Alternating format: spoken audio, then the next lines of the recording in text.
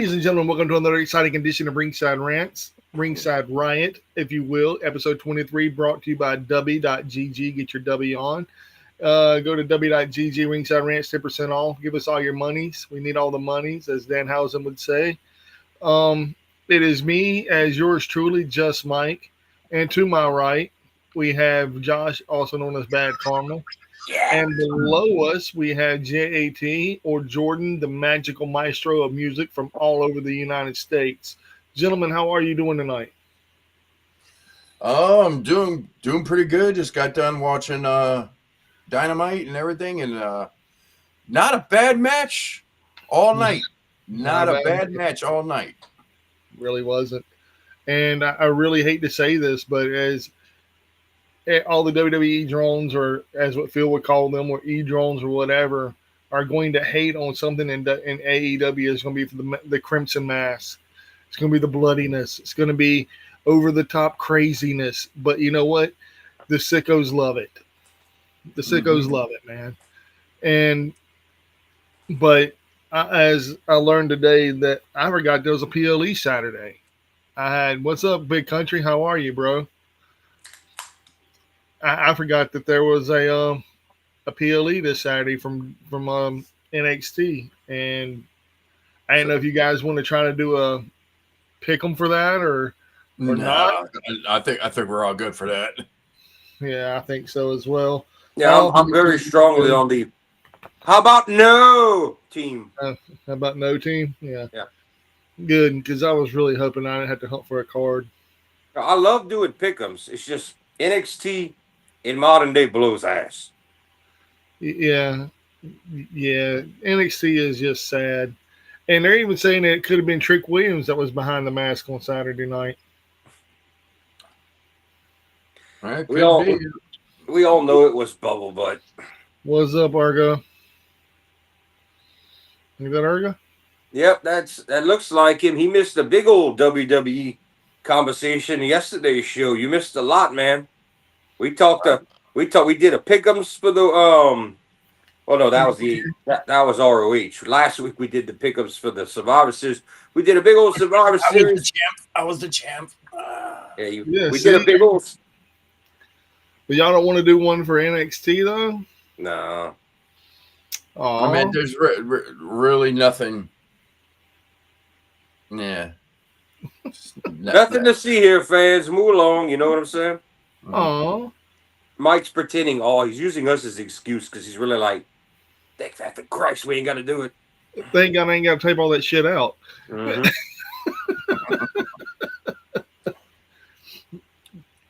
But no, in all seriousness, man, I was watching, or let me phrase it, I was listening to Off the Ropes, Busted Open, Not Sam Sports.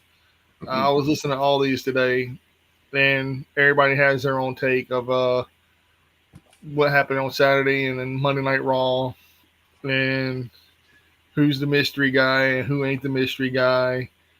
We all know who played that part that night. Everybody in the world knows who was in the ring that night. Yeah, it was Austin Theory. Yeah, everybody, even Coach was talking about it.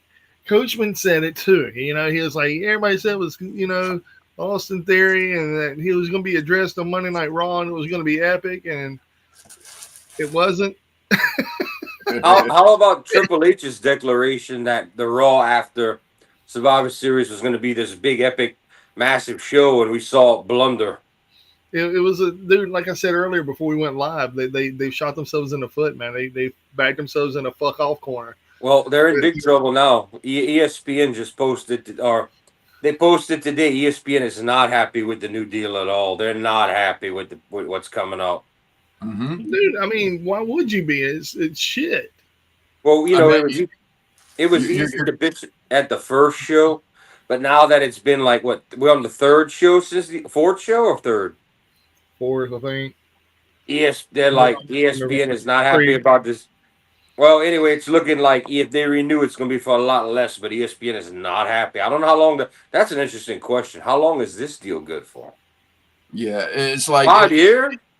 Yeah, you had this horrible Survivor Series cage match, and You know, and I'm sorry. It's like I guess I'm one of them blood people because somebody should have been busted open really good on this. I mean, sell as put it in the words of Paul Heyman, sell a fucking ticket, man. Well, Josh, for the 4th year in a row, you got the awesome tradition of Io Sky jumping from the top with her can.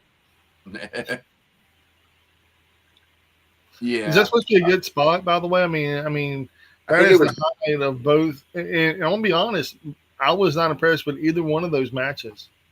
I think the first year she did it went over kind of well. Yeah, because it was in NXT. The first 3 years, the first 2 years was NXT. So I mean, I just don't understand, man. And I'm trying to be as nice as I can about this whole situation. Yeah, what the fuck are they thinking? Yeah, this ain't the Royal Rumble. Even if it didn't have blood, at the same time, it was just not a good match. All these women were just not clicking together. Dude, you had Nia Jax looking like a knockoff wannabe Dragon Ball Z character. She looked like the Abominable Snowman crossed with Buzz Lightyear for Toy Story. I'm gonna say she looked worse than that, dude. I mean, and I'm gonna be honest with you, dude. Nia Jax is starting to look okay, but her outfit, it was not flattering. It was heartbreaking. It was she could have been the Marshmallow Man from Ghostbusters. She could have been the Michelin Man. But it just wasn't flattering at all, dude. That white made her look like, I don't know, huge. I'll say it for you. It was not a good look. It looked like you took a bunch of bread dough, raw bread dough, and just stuffed it in like a glove, and then it just bulges out. It was not a good look at all. And then Monday night, you had every single Raw woman and SmackDown woman come out and try to take over the tag team title reign, which I get it if you're trying to compete with AEW. Mm-hmm. I mentioned that yesterday. You're not doing a good job. Mm-hmm. Nope. I'm not interested. Nope. I'm sorry. I'm just not interested. Well, I mentioned it last night. Oh, all of a sudden WWE cares about women's tag team wrestling and there's a million teams. Who's doing that right now in the rest of the world? The other side. Dude, they say that there's no competition for the WWE. Then why the fuck are they giving it too much credit? Don't worry about the other people. Ain't that what everybody said about AEW too? Worry about yourselves, don't worry about the other people. and they've been worried about themselves. They've been doing good TV, and they've been doing good promos, and they've been doing good matches, and they've been doing good storylines. You flip the script, and it's the opposite in WWE. Actually, Ricochet cut a good promo. I was actually very impressed. Dude, everything on Dynamite tonight clicked. Even Mercedes Moné clicked in her promo against Red Velvet for Friday night. Everything clicked. Mm-hmm. They're building. They're building blocks. They're showing time to take out and to build. FTR versus the Bang Bang Gang. Mm-hmm. What the fuck? Touch this title, touch my life again and see what happens to you. Dude, I was like hook, line, sinker. I'm digging it. I'll break out the Scott Hall on me. Yeah. But I'm digging what Dax and Cash are doing. I'm digging what Bullet Club Gold is doing. And I'm digging what Mercedes Moné said against Red Velvet. The Ultimo Moné. 13 titles. So I'm digging it. I really am. But as a standoffish person trying to look at everything as a whole and trying to figure out what in the fuck needs to happen, NXT, everybody was like, oh, NXT was so good last night. And I went back and watched it. Dude, it was not that great. Hey, it was like I'd say I give it a 4 out of 10, maybe a 5. And that's being generous. You don't think you're being generous? That's what I was going to say. You don't think you're being generous there? I am. I'm being a lot generous. But Raw was a 2. Raw was a fucking 2. What made it from a 1 to a 2 for you? What was good?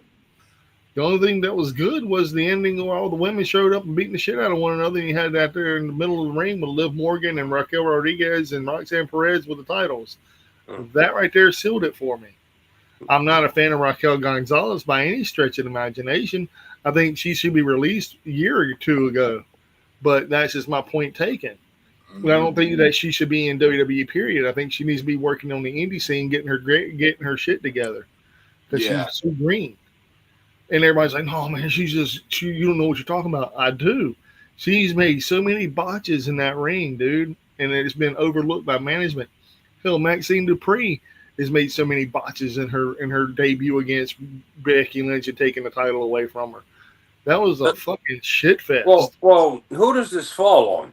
Does this fall on Triple H for asking for the girls too early? Does this fall on Shawn Michaels for not preparing the women enough? Who does this really fall on? Both.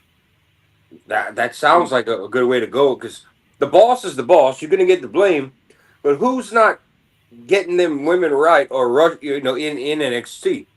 Well, for Maxine Dupree, she's been for the past couple of years. I'm going to say at least 2 years. She's basically been a ring rat. She's been a manager. Yeah, she's been a manager. I mean, she wrestled here and there, but mostly she's been she's been nothing more than a ring rat. And yeah, it's like no wonder she wrestled like crap, because she's not on there every week grinding. Natalia is beating the shit out. I love that promo the vignette they did with her and Maxine Dupree and another lady beating the shit out of Maxine Dupree. And she said again, and kept saying again. And then she said, "Now do that on me. Do that to me." And then she said, "Get out of my ring." And then they show a clip of Maxine going, "Again." And Natalia smirks and they go at it again. That to me shows grit, hard work, determination. If it's just bullshit made up, then I hate it. But if it's legit real, like Natalia says, all her shit's real when it comes to her training people, dude, let her train the shit out of this woman for a year. Because she'll be the best in-ring worker you got. Is this all a product of, is this really what the world looks like when DX leads it? I mean, I'm being serious. Is this really a product of D-Generation X, what happens when they're leading things? Is this really what this is? Or is it someone else interfering? Who's interfering, though? Are we getting complacent? You got to realize, even though Triple H is directing everything, there's still people above him. Okay, you got not many. You got Nick Khan and you got Emerald Shapiro, whatever his name is. Rock gets to come in and make certain calls. I don't think The Rock is being called on too much right now. That will be honest with. Reigns just put in a big demand. Reigns just came in and said, y'all are flipping the script when he comes back to Mania. It sounds like he wants the title off of Cody. Like he does. Yeah. And he does. But even if he wants the title off Cody, and I don't want to see that match again, man. That'll be 3 years in a row. Nobody wants to pay that money to see that shit again. Definitely. If that does happen, I ain't watching it. Dude, I could give 2 fucks. I could literally give a fuck about the second time around. When everybody's like, "Oh, the second time around was better because it told Cody's story." I personally didn't give 2 shits. And I know that sounds hateful of me to say that because Cody's a big name and Cody's a big deal. But if you're going to treat him like shit here lately, and you had, I hate to even go back to Survivor Series, but you had a guy that jumped in the middle of the cage, curb stomped CM Punk, and was never mentioned again on Raw except by the GM. And then you go and have all these people that were supposedly getting together and taking on the division and wanting to settle the score against Paul Heyman, and you don't. And then Monday night comes around and none of them are even there. No Cody, no Roman, no CM Punk, and the Usos are doing God knows whatever. They need to, you know what they need to do? They need to go with some fresh new blood, and they have it right there in the palm of their hands. Braun Breaker needs to become the champ and beat a Roman Reigns. That's what needs to, or take Roman Reigns out completely and let Braun Breaker destroy Punk or somebody. Well, he already destroyed Punk. I mean, that's Braun and Punk are on the same show, so he ain't going against Roman Reigns. Yeah. I wouldn't even. Who wants to see another Roman Reigns WrestleMania main event, let alone match? I'm done with him. I've been done with him since he had that 4,000-day reign as heavyweight champion. Yeah, he needs to go away. I mean, me personally, they should have just got the title on him for another 3 years because they had no other plans for it. I mean, am I being wrong here? Mm-hmm. The only being wrong here. I mean, they give it to Cody, and Cody faced who? Kevin Owens, Randy Orton, John Cena. Cody can't keep. They're gonna have to turn Cody heel if they're gonna keep the belt on him before Law or he gets it again. They're gonna have to turn him heel. This isn't gonna work again, dude. It's not working now. They're gonna have to do something. Be like, Cody Rhodes is fine. Cody Rhodes is fine. And they need to keep going in with Gunther turning face. But Gunther again, though, man, he's backed himself into a corner, which I think this is what should happen. And I love this. And this is some fresh idea that I heard today I thought was really cool. They should have Carmelo Hayes come out there and curb stomp freaking Gunther into the head and beat the living shit out of Gunther, make where he can't compete against John Cena in the final match, and have Carmelo Hayes take on John Cena. That'd be horrible. Carmelo Hayes don't deserve this shot after that. Or not even him, having someone like Obi Femi or Oba Femi or whatever that guy's name is. You can't let somebody that didn't win the tournament fight Cena. That's not right. And Carmelo Hayes is a joke compared to Gunther. That dude's not on the same level. He gave him a great fucking fight. Okay, but he's not Gunther level, bro. There is nobody on Gunther's level, but let's be real. But let's just be real. Is Gunther entertaining to put on a match with John Cena? Let's just be real. Think about it for 1 second. Is Gunther entertaining enough to put on a John Cena entertaining match? All that matters is after he beats him, when Cena holds his head up and says, "That's all you need." That's all you need in WWE. It's not AEW. I don't get it. Gunther's gonna be cheered. I just don't see it. Am I the only one that just don't see it? It's going to be let's go Cena, let's go Gunther. And they're going to tell a story where I think that's where they're going to finally do the full turn for Gunther. And they're going to get him get him ready to go into WrestleMania season. Face El Grande Americano. Let's stop right there for a second. Then let's go fast forward a month. Let's get all the way to Royal Rumble when they go to fucking Saudi Arabia for the world's greatest Royal Rumble again. And you have 2 Royal Rumbles in Saudi Arabia. Rumble and Mania. Well, Mania ain't until 2 years from now. It won't be until 2027. Oh, yeah. So they're doing Royal Rumble in Saudi this year. Saudi? Getting a mixer. Yeah. Yeah, they're getting the number one event you want the people to pop for, that you need that American crowd, or European, or, wherever, Australia. You're going to go to Saudi where they're going to sit on their hands when everybody comes out with the buzzer? It's going to be white sheet land, bro. Yeah, it's like, you got the whole entire front row of the camera, and it's like all these rich oil guys in front, just on their phones all the whole time. Yeah. Oh, what's the price on the stocks today? Where's it all at? Yeah. Well, let me get up and notice one guy walk away with a cell phone to his head. Mm-hmm. I mean, I get it, but at the same token, man, here we are talking about it. Is it going to be that great of a freaking match? Is there going to be anything good coming out of Royal Rumble? I'm worried that the Rumble's the most exciting WWE show for me to watch. I like seeing the people come out, the returns, the surprise. Now, at the end, you know what? It's good or it's bad when it's over. But why not? Even though they're going to be on broadcasts all over the world, if it's Saudi, what gives them a reason not to coast through this, to make it mediocre? You're not going to pop the entire Saudi venue to where they scream and go nuts. So why try? So are they going to do their normal lazy, complacent bullshit because of where it's at, and this Rumble's going to suck? Well, I mean, it's going to suck regardless because there ain't nobody I can sit there and say, oh, man, I can't wait for him to come back. Oh, dude, Edge is coming back. No, Edge is still signed with AEW, dude. No, they need to shut up about Edge. It's not happening. That is no time soon, if ever, is that happening. No, I mean, unless you have either Gunther or Braun Breaker win a Rumble, does anybody else really matter? I mean, are you going to do Logan Paul just to piss people off? But it's not. It won't be. It's going to be either Reigns is going to win. But Brock would actually have to wrestle the whole entire thing, you know. Brock's not good. It's going to be Roman, Cody, a returning Seth. No, because it's not February yet.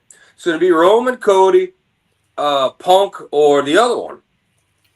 Well, Punk's already champ. Cody's already a champ, so yeah, they ain't gonna be in the match. So I'm gonna tell you how it's gonna go down. Braun Breaker's gonna win, and then Braun's gonna challenge. He's gonna challenge CM Punk, and then at Elimination Chamber,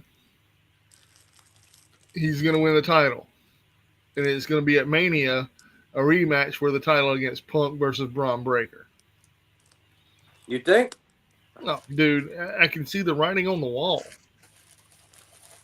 I'm not making too much. Am I making too much noise? No, you're not. Cool. But I mean, that's my prediction, and that's several months and away from now because it's so over. I mean, there's no really hard, drawn out freaking game plan or storylines that's in WWE that's worth giving a damn about. Well, am I wrong? Well, Seth Rollins getting injured, that was kind of the kink in the plan right there.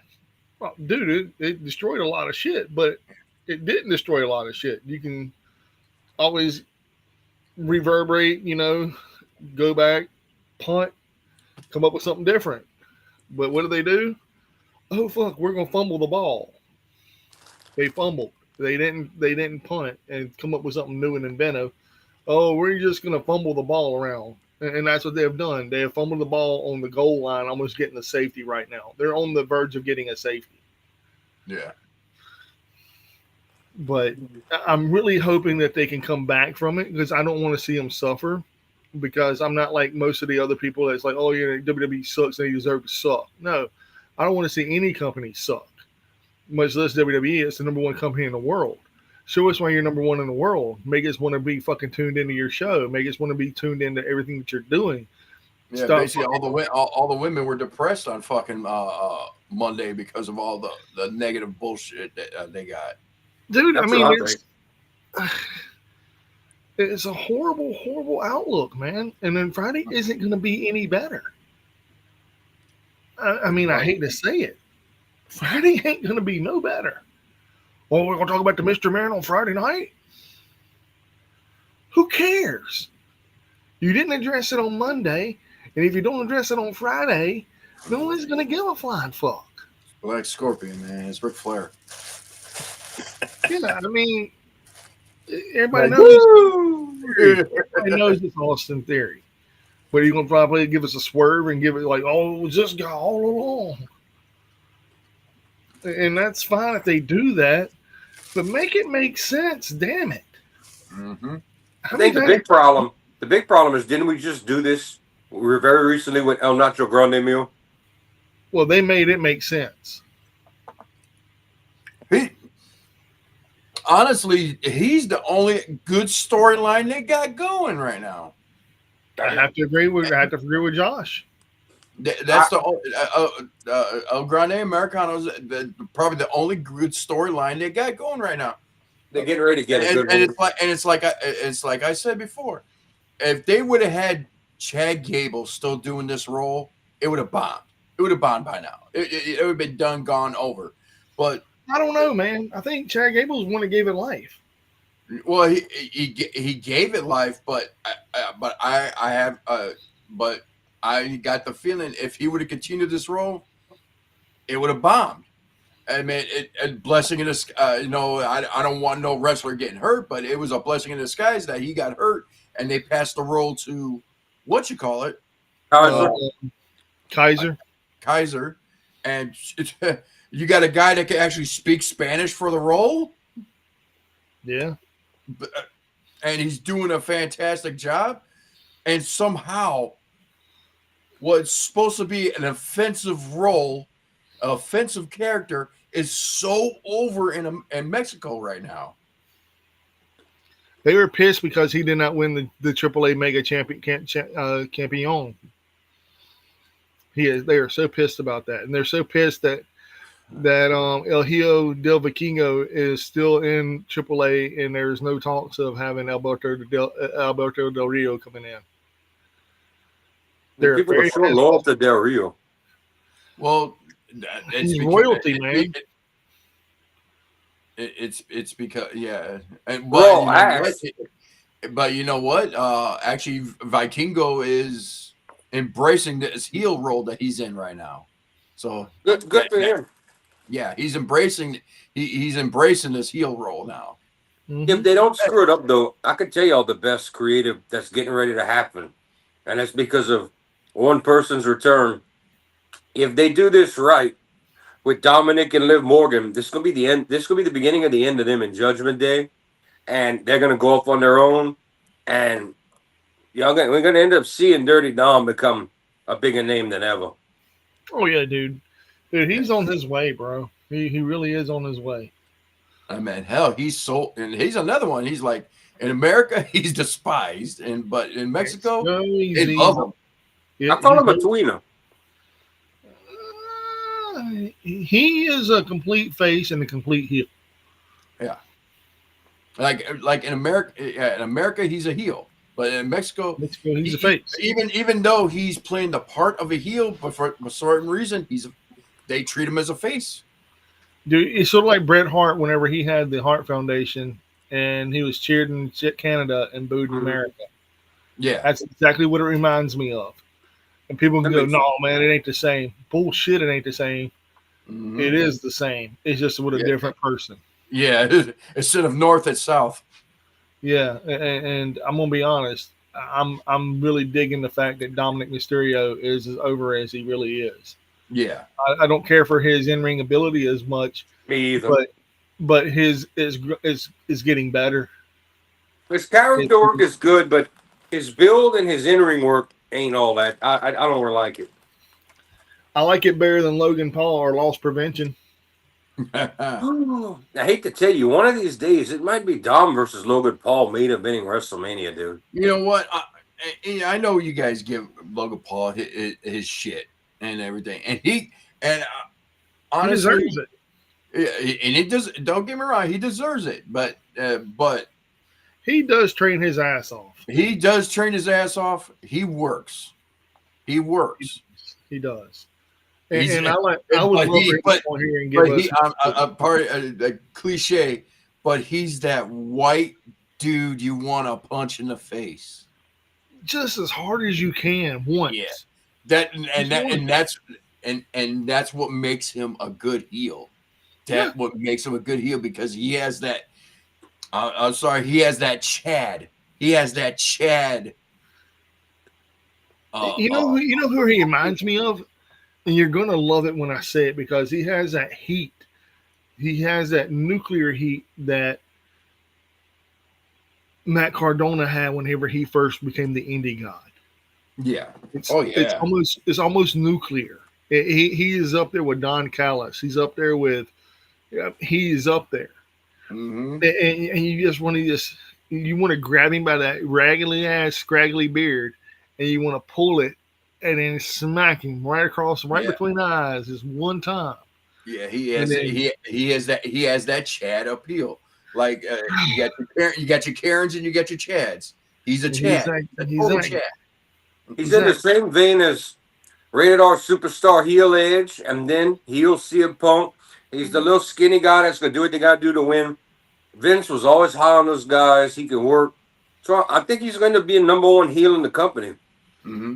But I get it, but it's like Mike says, I could one day it's gonna be Dominic versus Lost Logan prevention. Paul for the championship. I said I that. didn't say that. No, I would never say that. I said it. Oh, Yeah, you said Jordan, okay, my bad. Jordan said Jordan said it. Yeah, I would Hey, never. you know what? It's like I'm gonna have to agree with Jordan. It's like I could totally see that happening. Not right now. Not right now. Right now. Later, but not right now. 3 to 5 years. Ooh, maybe not even that. Not even that. I'm thinking. Maybe another. Maybe in the next. Yeah, I would say I give it 2. I give it 2 at the most. I want to see Dominic a little older looking. You know who he reminds me of? You know who he really reminds me of? The Miz. When the Miz came out, and the Miz was a horrible douchebag, and everybody hated the Miz, and he beat John Cena, and won the title, and then beat John Cena at WrestleMania, keep the title. Y'all remember that? Oh yeah, I was watching. Does Logan Paul remind you of that? Yes. Yeah. Yes. And now they got him with the Vision, which is a major stable in WWE. I have a feeling that he's going to break out and become one of the big stars. Do I want that to happen? Fuck no. I do not want that to happen. I know you don't like him, but you know what? I can't stand him. But that's personally. Professionally, I think the guy is talented. Yeah. But yeah, he's talented, and he's got nuclear heat. Nuclear heat. He's up here with Don Callis, man. And it's gonna make for entertainment for years. If they do it right, man, they have to do it right. They have to start now. They can't wait till fucking 6 months from now when everybody gets back. All these old guys come back together. They need to do it now while the iron's cooking and the fucking flame is hot, bro. What I don't know how many old guys are left. I mean, what is it? Cena, Punk, well, Sheamus. Cena's gone. See, we're taking Punk off. We're taking Cena off. Cena's gone. Okay. AJ's getting ready to be on his way out in a year. AJ's gonna be gone in about a year. Yeah, you got Punk, Sheamus, AJ. AJ's gonna be gone. I don't know how much longer Sheamus. Orton comes and goes because he's Orton, yeah. If Orton and Reigns couldn't do part-time, they could not keep going. They'd be done. They'd have to retire. You know what? I don't think WWE's ever gonna release fucking R-Truth. They're never. Even when he stops officially wrestling, they're gonna keep him. They're gonna keep him in the background for. Well, they have to because of the backlash. They tried to get rid of him. TKO was like, cut this fucking guy, and the public just lost it. Dude, they lost it on that. They lost it on the Killer Cross deal. Killer Cross had nowhere near the online support of people. Yeah. It was worldwide news that poor R-Truth. Yeah, that was a whole different planet. Then it came out about how much he was respected backstage and looked up to. They were like, all right, we got to reverse on this one. Everybody, fuck Cross, fuck all that, but we got to reverse on Truth. Yeah, it's like he's one of the few wrestlers I think it's going to be in our lifetime that nobody could say a bad thing about him. I have some wonderful news. I don't know how. He's been gone for forever, so you guys are not going to go like, But guess who's training for a big comeback? Goldberg. No, not that bad. Not that short of a career ago, but Ryback. Huh? Ryback? Oh no, not that horrible. No, not that bad. No. Bad. Hornswoggle. No, I wouldn't mind seeing a little Swoggle back in my life. But I can tell you who's having a retirement party coming up soon, but I'll let you go ahead and tell us this part. All right, well, we're jumping off on not WWE, but he's on the AEW team, but one day he'll be back in WWE to get his ring. But the Big Show is training for in-ring comeback. Yeah, I heard about that, but yeah, you want to hear some good news? He also had a heart surgery a little while back. Oh, did not know that. That's probably the reason why he's not been in the ring. So, yeah, well, he had before, right when he left WWE, he realized my health is not doing good. I gotta changed shit. He got on a new diet. He looked great, and everybody's like, "What are you doing?" He says, "I quit eating entire pizzas, man." He said, "I changed my diet. I'm not working on anything different." He says, "I quit stuffing the food down." He said, and there he goes. Yeah. But no, y'all remember the Headbangers? Yeah, Yeah. They're going on a retirement party. Heck, I didn't know they were still wrestling. on the Indies though, huh? Yep. Because last time they came to WWE, they got the match, but everybody's like, "Oh, they too stiff." I love Thrash. I love Mosh. I love them both, man. And I'm a I know what big you loved more than all of that was Beaver cleavage. dude. You know, Chaz. You know who he reminds me of? Think about it. He reminds me of the lead singer of Bloodhound Gang. I thought you was gonna tell me he reminded you of the Beaver, but okay, but No, he reminded me of the lead singer of Bloodhound Gang. okay. Oh, that beaver. God, I remember when he tried to do that role, and, off because they were just doing vignettes. When they tried to do that live, he's like, "Oh, you know what? I can't do this anymore." Yeah, Like so then they live gave on it. TV.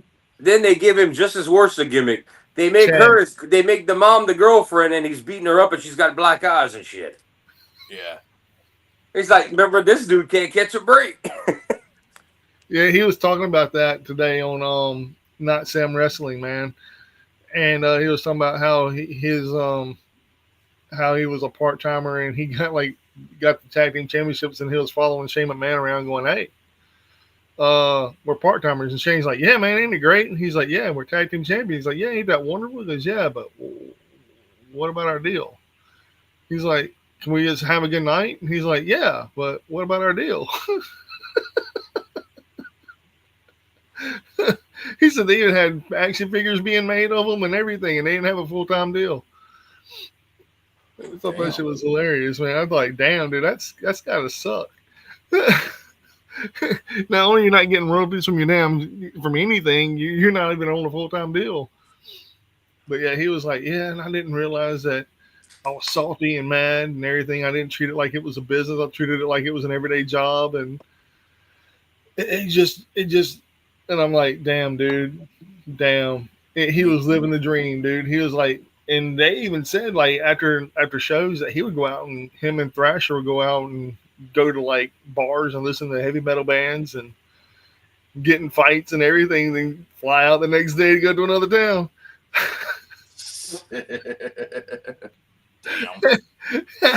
I was like, "The fuck, dude? That is crazy. That's life, man. That's awesome." I mean, Well, the Nasty Boys live like that. Just last year, Jerry Sags got popped for robbing a house. I mean, he never changed. Wow. Yeah, well, them dudes were known for being stiff, known for messing people with people backstage.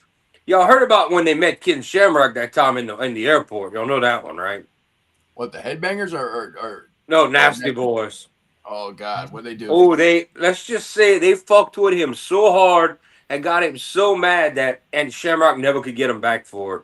But y'all gonna have to read into that story. But yeah, they bumped into him like, oh, that's that UFC guy. He thinks he's tough. Come on, bro. Like, yeah, they could be some dicks and they could be stiff. Like they were never good in ring, but they'll hit you for real. Kind of like the headbangers. No, the headbangers. They said that the thing about the headbangers is that they were never really stiff in the ring. The reason that they didn't never get called back up was because Glenn, which was Thrasher, was always injured and didn't have the body to keep going.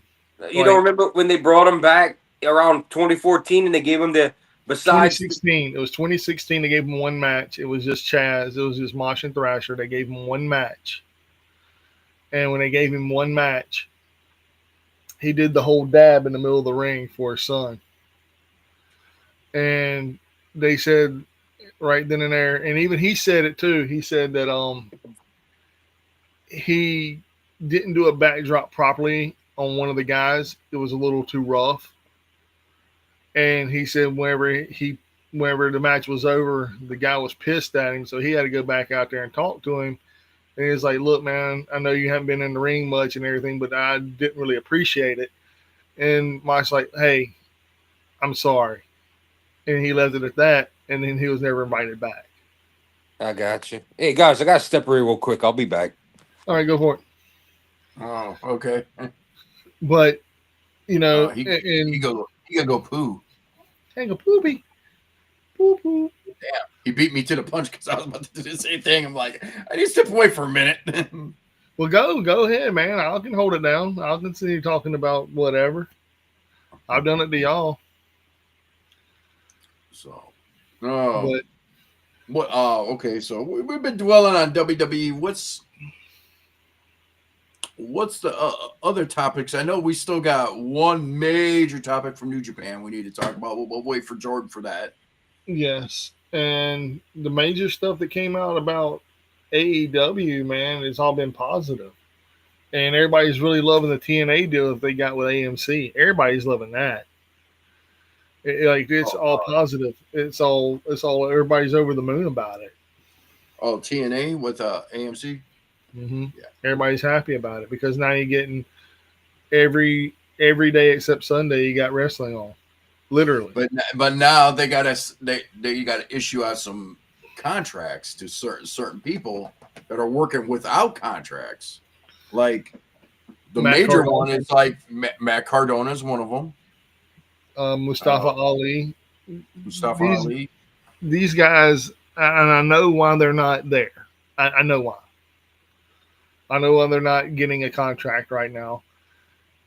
And TNA is up for sale. Everybody knows that. Everybody's been knowing that. Mm-hmm. And with them getting this deal, it's going to help sweeten the pot a little bit for whoever buys them. Mm-hmm. And if WWE does swoop in and go snagging them, then, you know, that'll be great for WWE. Because now they don't have to worry about getting them a TV deal. They already have it. Yeah.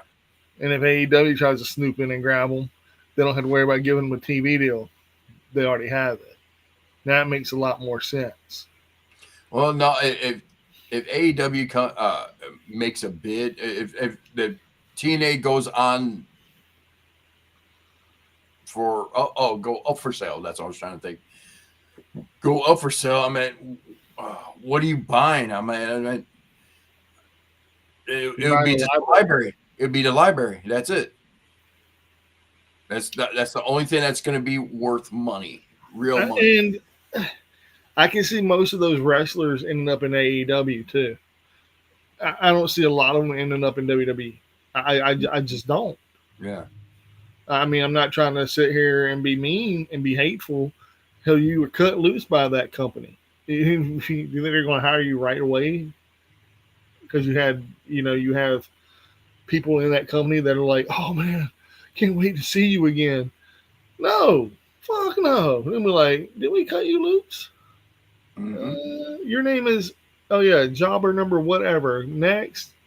Oh yeah. Like like Matt Cardona says, he's like he always said he was always ready. He has Zack Ryder gear on the side ready. He's always has the call. But do you think he would actually go back to being that role again? I mean, I get it for the Cena tournament just to make an appearance, but to be in that role again is like, I don't know. He's not the broski anymore. No, he's not. And everybody knows him as Matt Cardona, the indie god, deathmatch god. You know, he is the mega player. He is that guy. And I really do believe that he is where he needs to be, and that's on the indies. He's making tons of money on the indies. He's making way more money than he ever did in WWE. I'm gonna be honest with you. I think it'd be stupid for him to go back to WWE. Yeah, plus he's got his own toy line. He would have to give all that up, and it's like I don't see him doing it. No, dude, there's too much money on the table for him to throw away. He's his own agent. You know what I'm saying? He's his own agent, but he has an agent. But he's his own demand. You know, he is in demand. Yeah. And he even says it in his podcast. It's like you got the money to afford me, I'll show up. I'll do whatever you need me to do. Yeah, it's like if my calendar, if there's a spot on my calendar, and you got the money, I'll show up. Yeah. he's legit. And just like there's a lot of them like that, man. And Mustafa Ali's another one. I think Killer Cross is going to be a lot bigger in the Indies. Mm-hmm. I see he's going to be another big one, and he's already making waves as it is. You got one of the shirts, Killer Krampus, which is a really cool shirt, by the way.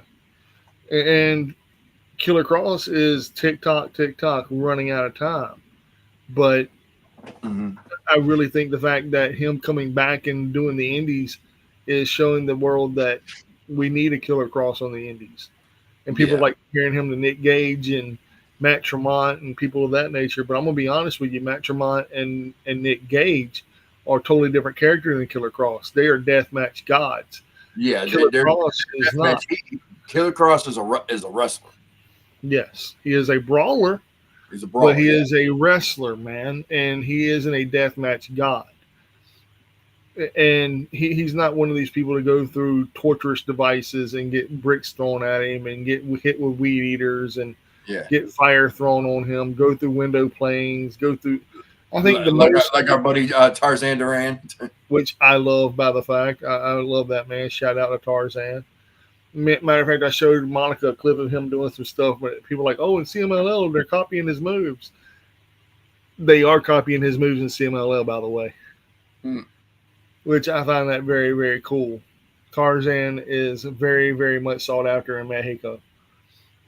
But I wish nothing but the best for Tarzan Duran. Yep. Even though he is in the Juggalo Championship Wrestling.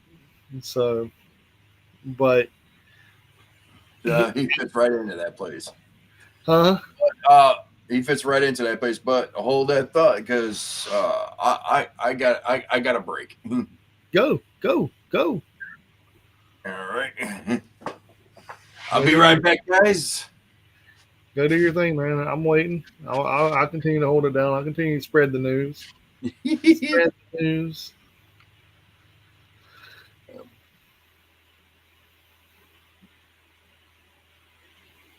While he's walking away, ladies and gentlemen, you know that I've been talking about WWE and AEW tonight, and that I watched or listened to rather a bunch of stuff on Busted Open Radio on channel 156 Sirius XM. If you don't have Sirius XM, I highly suggest you find someone who does and listen to it. It's got a lot of great wrestling knowledge there for everyone, and not just the people that watch television on the Mondays, Tuesdays, Wednesdays, Thursdays, and Fridays and Saturdays.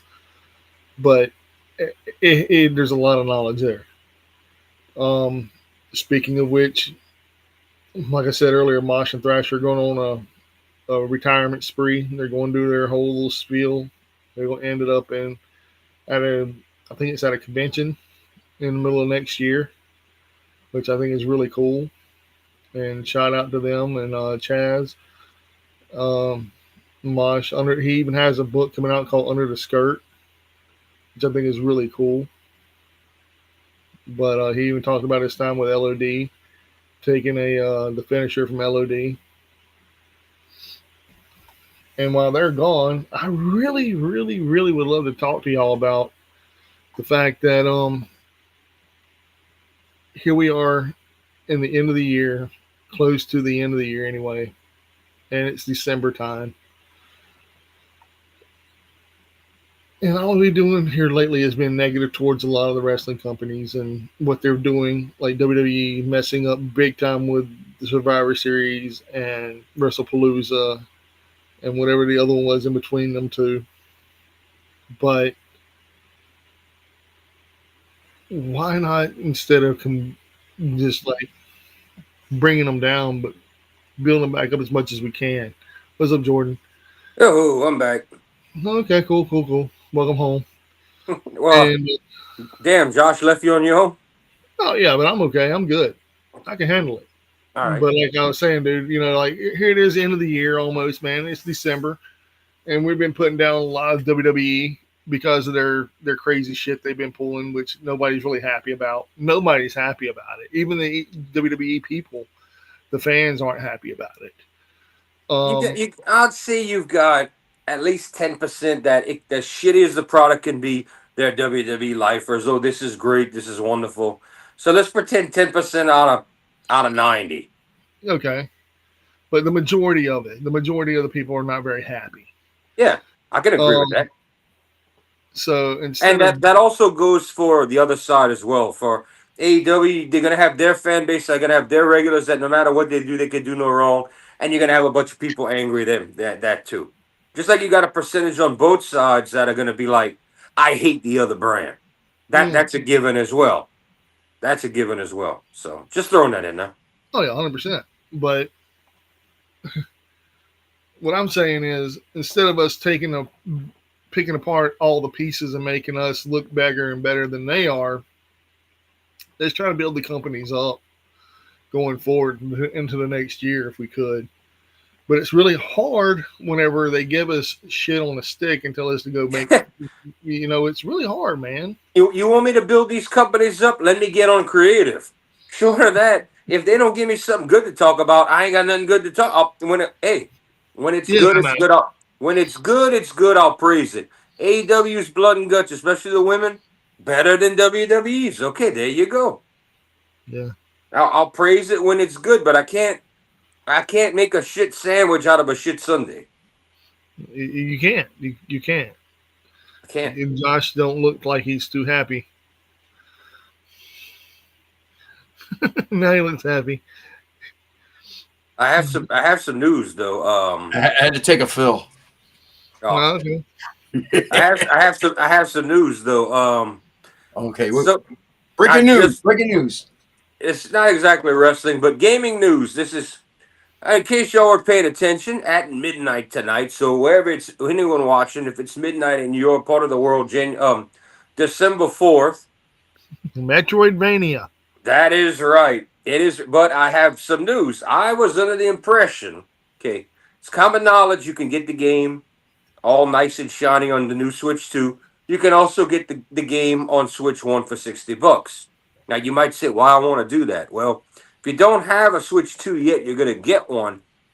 Some of these mainline games, certain titles, you're gonna pay the difference and it's gonna upgrade it to a Switch 2 game. The Hmm. same you could already play the same game in the cartridge in the new system, but you're gonna pay the difference. Okay, here's what I found out. I just found this out. I thought it was gonna be $80 for the game on Switch 2. It is not $80. It is 70. And that makes me pretty fucking happy. So that Same. means I'm only gonna have to pay a $10 increase when I want to upgrade, but I could go and get the $60 version for my Switch 1 right now, or I don't know if you can get it digitally or not. If we could, I could buy it right here at my own house. But Yeah. yeah, Have you beat? Did you beat 3 yet? no, I figured they're probably gonna. I don't have a local store. I'd have to travel about 30 minutes away to get to one because they shut ours down. I'm figuring they're probably gonna sell it out. Especially for my system because all the kids are gonna want it right away. I'm gonna finish beating 3. I'm gonna let them get a bunch more in, and I'll just go pick it up when I'm like, hey, something new. So give it another week or whatever. I've been lazy. I haven't been getting on 3 as hard as I should. I got you. I got you. I got But you. I'm just gonna take my time with that. It's not like the game's going anywhere, and it's not like I'm gonna ever get rid of it or sell it because Metroid's a classic for me. And like Dread, a friend of mine was like, "Oh, you could play it and bring it back." While it's still new to me, I said, "No, I don't want to bring it back." I said, "That's a 5-star game. I'm keeping that game. I'm gonna play it. I'm gonna hide it away for 6 months and play it again. And I'm gonna hide it away for a year, then 2 years, and I'm gonna keep coming back to it. And that way it'll stay fresh." But I said, "I'm not selling that game. That is a 5-star game." There's a lot of those games out there like that. Like, remember, Mass Effect was a 5-star game. Well, I'm just saying, like a perfect game. If I had to, and this is a 2.5D scroller, dude. So this is like old school stuff, but she handles on a dime. She makes Contra aiming feel shitty. You could point exactly how you want with her laser, and she can 360 wherever you could do whatever. She's on a dime. She could stop on it, whatever you want, what kind of movement you want. It's a great. Damn. It's a ridiculous game. It handles so good. If I had to find a criticism for Dread, the music wasn't special. They went more atmospheric than the legendary music, but that's as far as I can go. Did you The ever play music's not as Metroid? great as the legendary music. Did you ever play Metroid on the Virtual Boy? That never happened. Oh, did it not? Oh yeah, there's a Metroid on the Virtual Boy. Yeah, there is. Wait, there were only 30 games released for the Virtual Boy. I know that for a fact. I've watched people review every game, and I I've think there never. is. Let me double check, man. Oh, y'all talking about the pinball game? Saturday evening, 1350 on Bluister Call. No, I don't want. Donald Fagan. No, I don't want to talk to you guys. Because there was never a Mario game. Never. The only game they had was a Wario game. Metroid on Virtual Boy. Yep. It's a real thing. Official Metroid games for the Virtual Boy, but an unfinished version was found. Samus Aran. Yeah. Never was released. Has a Metroid theme table with her ship. Yeah. All right, Then so a game that was an unfinished game. Yeah, it never happened. Yeah, because I've watched the list for years on that. I mean, they had the main seller for that thing was Mario Tennis and Wario's Woods or whatever it was. It was a Wario game or a Wario Land or something. That was it. Because I stay up to those classics. I keep up with them, and I always watch when there's an update or something found. You know, when they found the code for the long lost, never released Primal Rage 2, I was all about watching what that was about. Oh, I could tell you right now, the only way to play that Primal Rage 2. You could get it now online. Well, you can get it online, but there's only one arcade in America that got it. Yeah. And that's in Chicago. You got to play it, huh? Yes. I got to play it. It's still to this day it's not finished. Mm-hmm. They even say it's Under it's not finished. Yeah, it was they were in the process of finishing it. Then I think whoever the company was went under. They released it on the Alls market as a test run, unfinished, to get some response from the people back in the day, and the arcade just kept it. Yeah. Well, just like man, I think there is what am I a program like there is. You know what I'm talking about, like an online where you can download it. There is. You can download it. But the actual game. Yeah, the arcade with the sticks. Yeah, the actual game is sitting in Chicago. Yeah. And I actually got to play it. It was put out in the test market to see what y'all would think. And I don't know if it's changed. Probably changed hands since then, but it was brought to an arcade to get response. That's what they would do at games back in the day. And they would usually choose New York, Chicago, California, the big city areas to try it out and let the kids test play it and to hear what they'd have to say. I remember the first online game I played was at this play. It was not a Lens Castle. It was I had one too. It was called Friar Tuck's. It was in Calumet City, and it was the only place that you could play Ultimate Mortal Kombat 3 online. Huh? That back in the day. Back in the day. Wow. Back in the day, so I got to listen really quick how other people from around the country can beat my ass. Yeah, you probably had a couple Japanese people get on there and you didn't get a hit in. All I know is I hated smoke. You could cheese the fuck out of with smoke. You never and another one you can do with Cabal. Noob Sabat. Yeah, that's just insane what you can do with Noob. Noob was another one too. Noob is so overpowered, which that's the real Sub-Zero dead pretty much. That's the G1 Sub-Zero. Yeah. But yeah, it's like I remember, but like I said that we got to get all together for something, and I got to take you to this place called Galloping Ghost. It is the world record holding place of the most arcades in one place. Holy shit! Like, do they have pinball? No, they had to have a separate building down the street for pinball. Okay, as long as they have a separate building for pinball, I will live there. Thank you very much. Yeah, but no, Me and you, Jordan, be over there drinking beer, playing pinball. Oh yeah. No, They you got- damn right. I will make a trip to if there's a place with enough pinball keep me busy for days. I'll get a hotel room and they have these conventions across the states. I just like working and making my money and that's the weekends, and that's usually when everybody else is off. But I'd love to go and do that. They had one in South Carolina a little while back. actually, Midwest Gaming Classic comes up to Wisconsin, and I go to that. I went to that for a couple of years. Great place. I mean, you want retro gaming? There you go. You want arcades? They'll have like a whole entire arcade section. They'll have a pinball section. They'll have rows and rows of nothing but classic console games you can play. But I have all that. That's the problem. I have all that. I'm talking about every console. I'm talking about like even the obscures. I mean, hell, you want Pong? They got like the thing to play with the paddles. You want computers? You want PC stuff? They had the PC stuff. I mean, Genesis. Did we freeze? No. Okay. I was looking at something on YouTube. I mean, PC. I'm talking about every single game. You want to play that rare or 3DO game? It's there. Oh, the 3D. Yeah. Don't get me started. Warrior. When I went to Disney in like '95, they had I was in the Magic Kingdom, and you remember y'all all been to Disney in Florida, right? I have never been to Disney. Okay. All right. Well, Mike, in Main Street, the old penny arcade, for a penny you turn the crank. They had I was looking forward to go. I hadn't seen that since '88, so I was going in there, and I saw closed. Visit our modern arcade in the future in Epcot.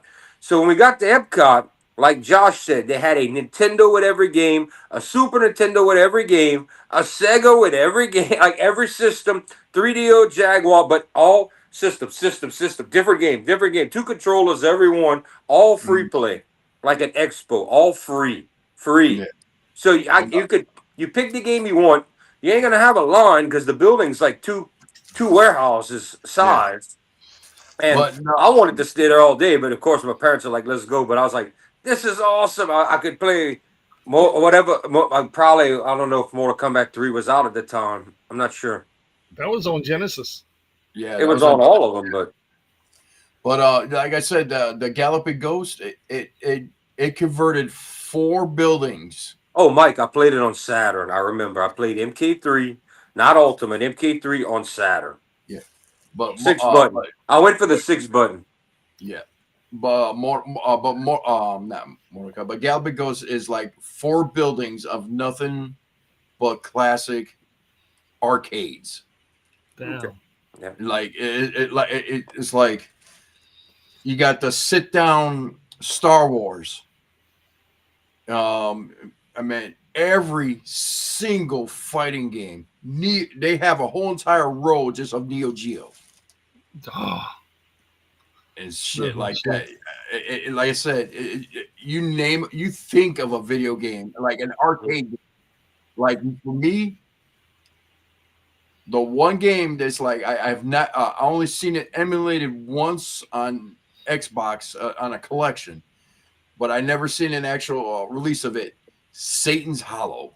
I have. Oh, you've never played a real Satan's Hollow with the red joystick? Well, no. I did as a kid, but but for consoles, I never seen it released on a console except for one on a collection. But once I went to Galloping Ghost and I saw it right there, like bam. Then I got to meet the artist that did all the artwork for it. Nice. I played it on PS2, Satan's Hollow. Wow. They had a great Midway collection on PS2 that the other systems could never get all the games that they had on that. I don't know why. That one had all the good ones. I had Narc. I had Robotron. I had... Midway. It's called Midway Classics or something like that. Midway Classic Collection. Yeah. Volume 1. And I got that. I actually got that. That's the one with Satan. Well, I don't know if it's 1 or 2, but one of them has Satan's Hollow. Mhm. Yeah. And But and all right. I know we got to get back to wrestling, but I'd be running straight to the sit down spy hunter cabinet. Yep. But yeah, Spy but Hunter on like the I said, regular Nintendo sucked. Oh, it was yeah. horrible on Nintendo. You didn't have all the buttons to control it right. But Yeah, yeah, it you guys need to get up here. We'll go. I'll take you. I'll take See, you all guys to that Galloping we all Ghost. need to go to a Dragon Con too. Man, you know what? I would have to practice drinking hard because man, I already know that it's not Dragon Con, it's Drunken Con. Well, Mike, me and you gonna have an advantage because their altitude's higher up there, so it'll be harder for us to get drunk. Whereas they come down here, it's easier for them to get drunk. 'Cause True. we had people come from Colorado and regular beer, but they drank. They were plastered, and they're like, I don't know what's wrong with me. Blah, blah. I'm like, you're from Colorado. Oh, don't tell me I suck because I'm from. I said, no, you're from a higher altitude. I said it's gonna be easier. Just like if I went up there, it'd be harder for us to get drunk. Mm-hmm. I'm like, and we drink like fish down here. For a wedding, we were laughing. One guy bought 48 cases of beer for a wedding. We laughed at him. We said, bro, it's a Choctaw wedding. 48 cases going to be gone in 3 hours. Everybody in here is going to be in here to drink like a fish. What about 2 kegs? I said, fuck no. That draft going to give everybody a headache, and that's going to empty in an hour and a half. Yeah. I said, you got to realize where you at, bro. I said, 50 cases is maybe if you got the haul for 4 hours. I said, longer than that, you might need more than 50 cases. And I always tell Monica is like, she's always like, how come you're not drunk? I'm like, I told her straight up, I got a high alcohol tolerance. It takes a lot for me to get drunk. All right, we need to get him down here, Mike. See, Dragon Con is in Atlanta. Mhm. And Atlanta every year is around Labor Day weekend. Yep. So Labor Day week, we can go to Dragon Con. And they have games from Japan, arcade games from Japan and shit. Yep. And I can get y'all into D&D maybe once. No, I'm sorry. I can't do D&D. If I get you, let me know if you'll say yeah. I think Mike would have tripped out if he'd have seen. He would have loved it when he found out we played D&D. He'd have hated it when we found out we don't play it by the rules. I don't play by the rules either. Yeah, we had crazy shit going on in our games. I'm sorry. I may be a nerd, but there's a certain level of nerdom that like that's it. I will not pass that. You would play. Oh yeah, if they got you drunk enough, you'd play. Drunken D&D is the shit. Am I lying, Jordan? We didn't even get drunk back then. We had so much. We would have one guy play God, and he would create the entire fantasy story. We didn't use nothing. When we had room, we used the big map. But he would create the whole story premise, and the game would have a beginning and an end. And he wrote everybody's sheets out, what character, how you level, and we would play until for months. Usually a year, and then that game would end. Then somebody else would during that time would have to create their game. And then they would come in, and everything's gone. You start all over again. But And you that's meet how those we did characters it. in another realm. Huh? Did you ever meet your other characters in another area or anything? Like the characters you had before? Oh, bro, we all the time. Like freaking how we had that. The first way I came in was on somebody else's game, and he was like the main character, and his wife was like, I don't know if she was a gnome or what she was running around with him. And he was like the poor boy that grew up. All of a sudden, I come in, pirate captain, on all the islands, all the ships. And it's like your boy did it to piss him off because I had total money, all the power. You can't really kill me because I'm gangrel race. I had a witch with me. The girl who was with me was the witch. She's casting spells, and his crew are all over the boat, hurling and committing suicide and shit.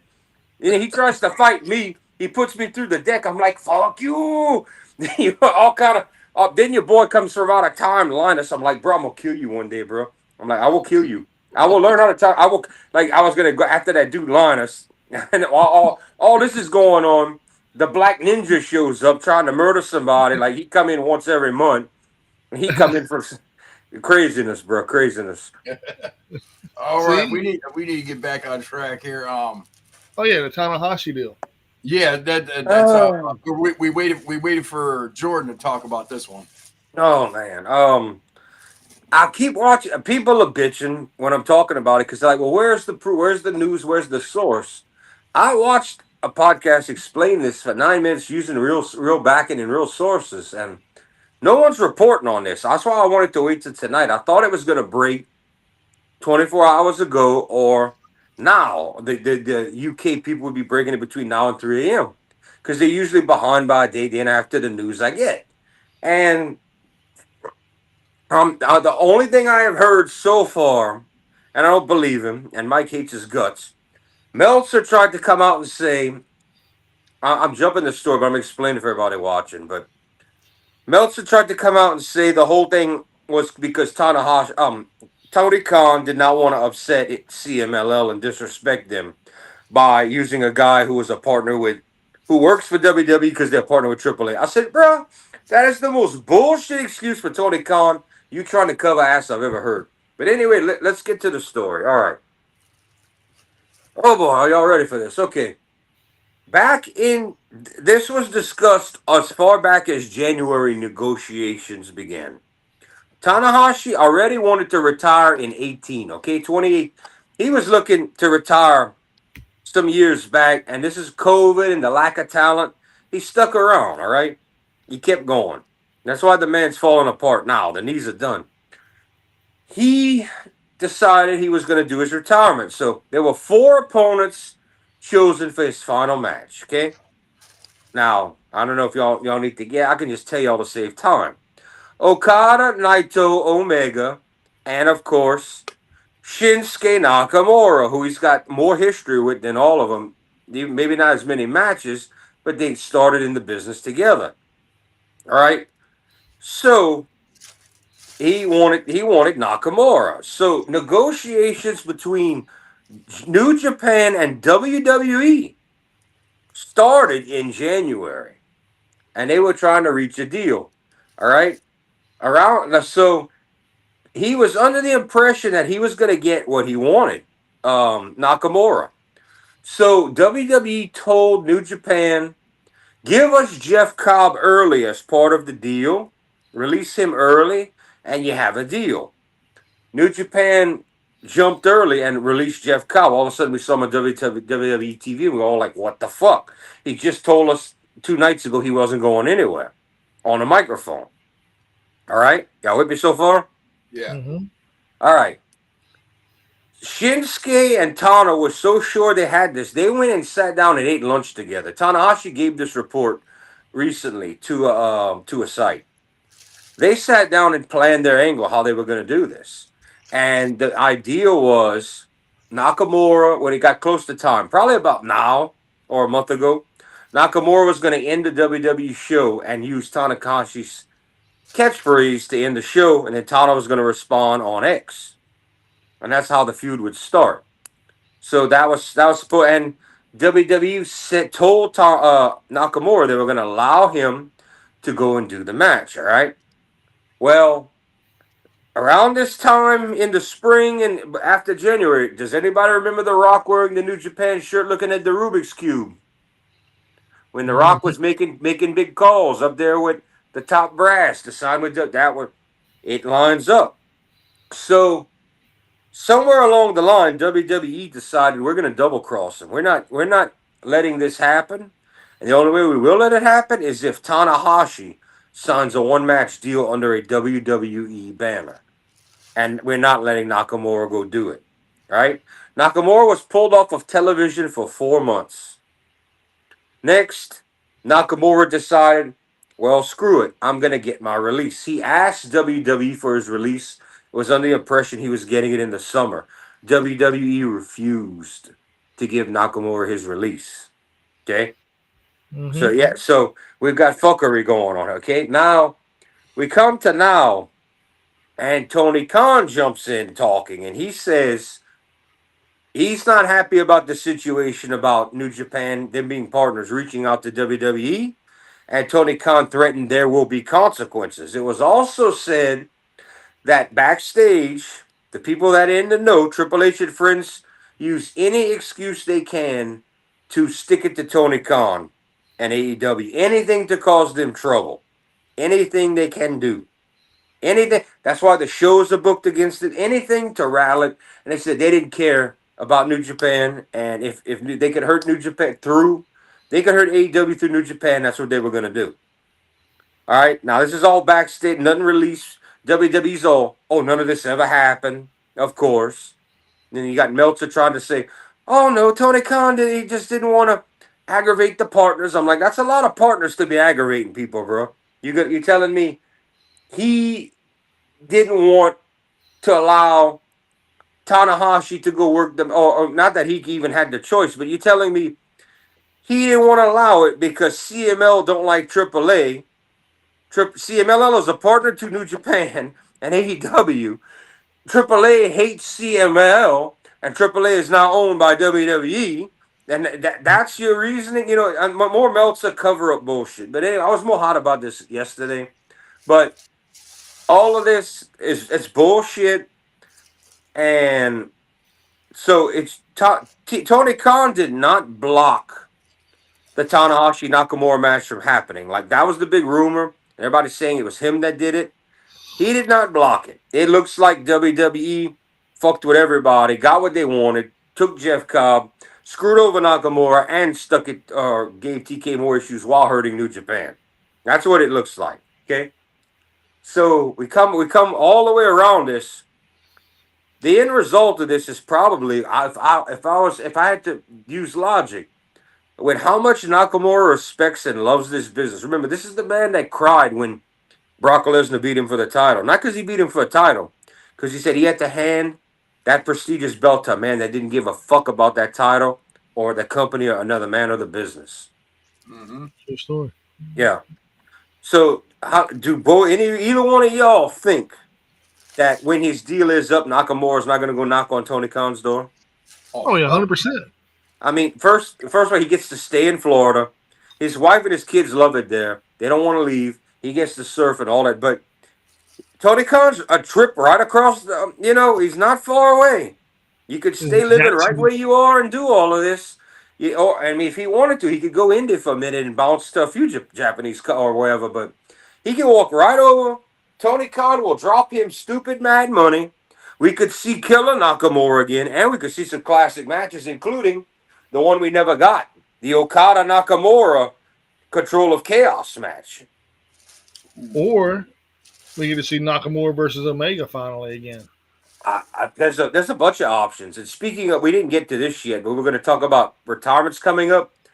What if after AJ Styles is done, he decides, I'm going to do a year of some independent dates and I'll work with AEW to do some dream matches? You know what I'm saying? What if he decides, I'm not gonna do Nakamura games. We did that. I'm gonna go wrestle Omega one time. I'm gonna wrestle Okada as he is today one time, or Takeshita. There's a lot of possibilities there, but the reality is, I don't see if Nakamura got screwed over like that. I don't see after he serves the rest of his time in WWE. I don't see him staying. If he asked for his release and they lied to him and his best friend, I mean, those two men are tight. Just like Okada and Tan and all them. But that's all tight as shit. That's all friends. But Nakamura and Tanahashi they were lines together. They came up together. They were going to be the future of New Japan together. Along with the third man, if y'all don't know, is Shibata. They were all in the same class. They were that generation's Three Musketeers. So, of course, we're talking about all this because Tanahashi's final match is January 4th, Wrestle Kingdom. That was what everybody wanted except WWE. They want Shinsuke. He wanted it too. He wanted to come to one final match in the Tokyo Dome. Final match against Tana, the legend, and we're not getting it. But with all of this story and all this behind the scenes, I think it's fucked up, but I wish more of it would come out where people could understand, because you got people not agreeing, people saying you're making this up, that up. We've got two sources reporting all this stuff. I mean, the problem is I don't know why it's not coming out yet. I don't know why everybody's not talking about it. Tanahashi is the John Cena of over there in every identical way, even the same era. They both held each one of their respective companies from dying. So I was really pissed about it last night, but I wish more of it would come to light. Yeah, yeah. I would have loved to see that match too. But yeah, Yeah, And versus Tanahashi. if we do get AJ Styles to retire, but would he go to AEW? But I also thinking, did we ever see a match get his revenge against Omega? Have we ever seen no, Omega and AJ? that's why I brought it up. We never got AJ and Omega after the one time. We never got Okada as he is today as the Rainmaker against AJ Styles. Sadly we're not going to get Tanahashi because he can't walk anymore. He's done. He broke his body for the business. That's why you got to respect the man. But there's so many dream matches we can have, and AJ don't need a big fucking story. Tony Khan will say, "Here's a pile of cash." Yeah. Oh, the Bucks. You're best friends with the Bucks and everybody. Here's a pile of cash. Come wrestle a match. Go away for 3 months. Come back. Wrestle a match. He will so give him the most. I won't even call it part-time deal, but oh, you 2 matches a year? Yeah, and we'll do a little promo for it. He in a heartbeat to get AJ Styles under an AEW banner on his film in his record books. The only thing he'd be wishing is he could put a title on him one time. Yeah. Look at how he treated Joe. You don't think he would, and Nakamura as well. You don't, and no, he would have killer not. They would. This would be the old not WWE Nakamura. This would be like like this would be like killer Shinsuke coming out, murdering everybody with the knees. He said, no, none of this bullshit no more. Just come out and do what you used to do. Do it. Daniel Bryan might come out of retirement to fight Shinsuke Nakamura. You might see something stupid, crazy.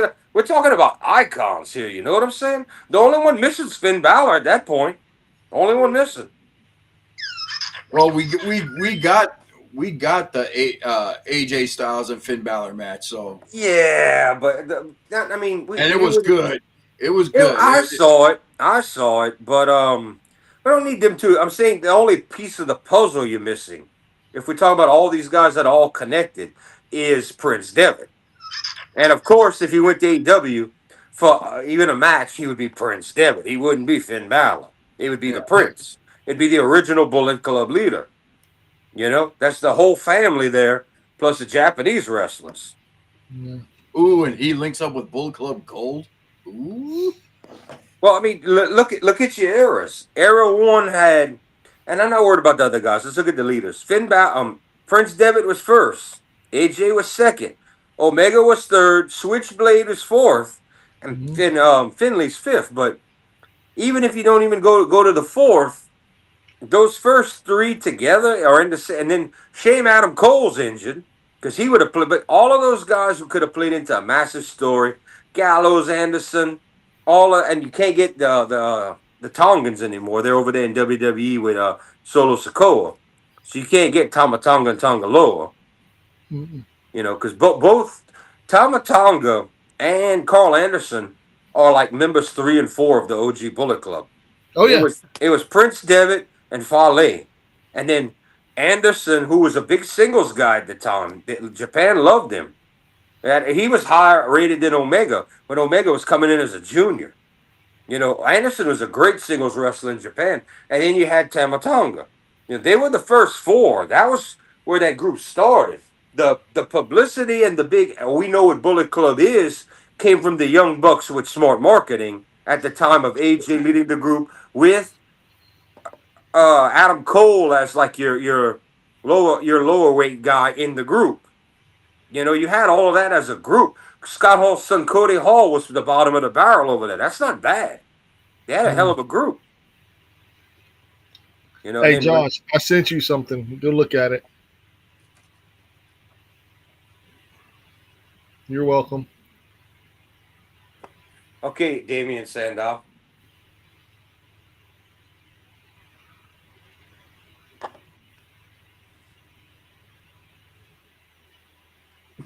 Fuck you, man.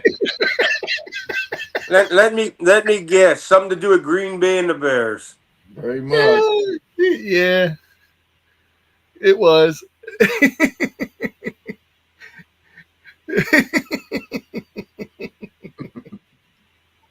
I don't know if I can show it on here.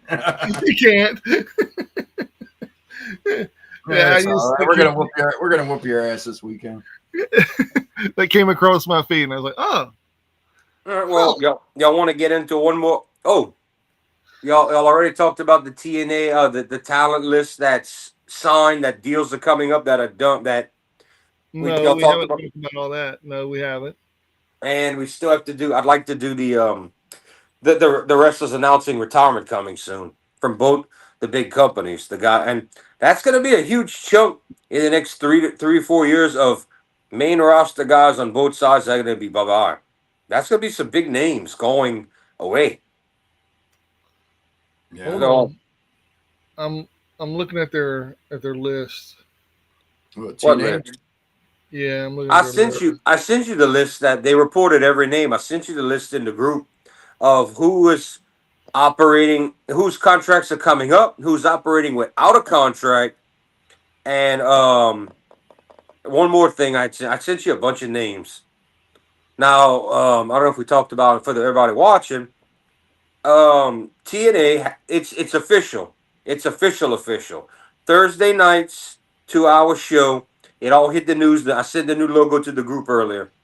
Um, because AMC decided to purchase the TV rights to the show, they decided not another net. They made the decision. Let's run Thursday nights. Let's not run against AEW on Wednesday nights. So that's an AMC call.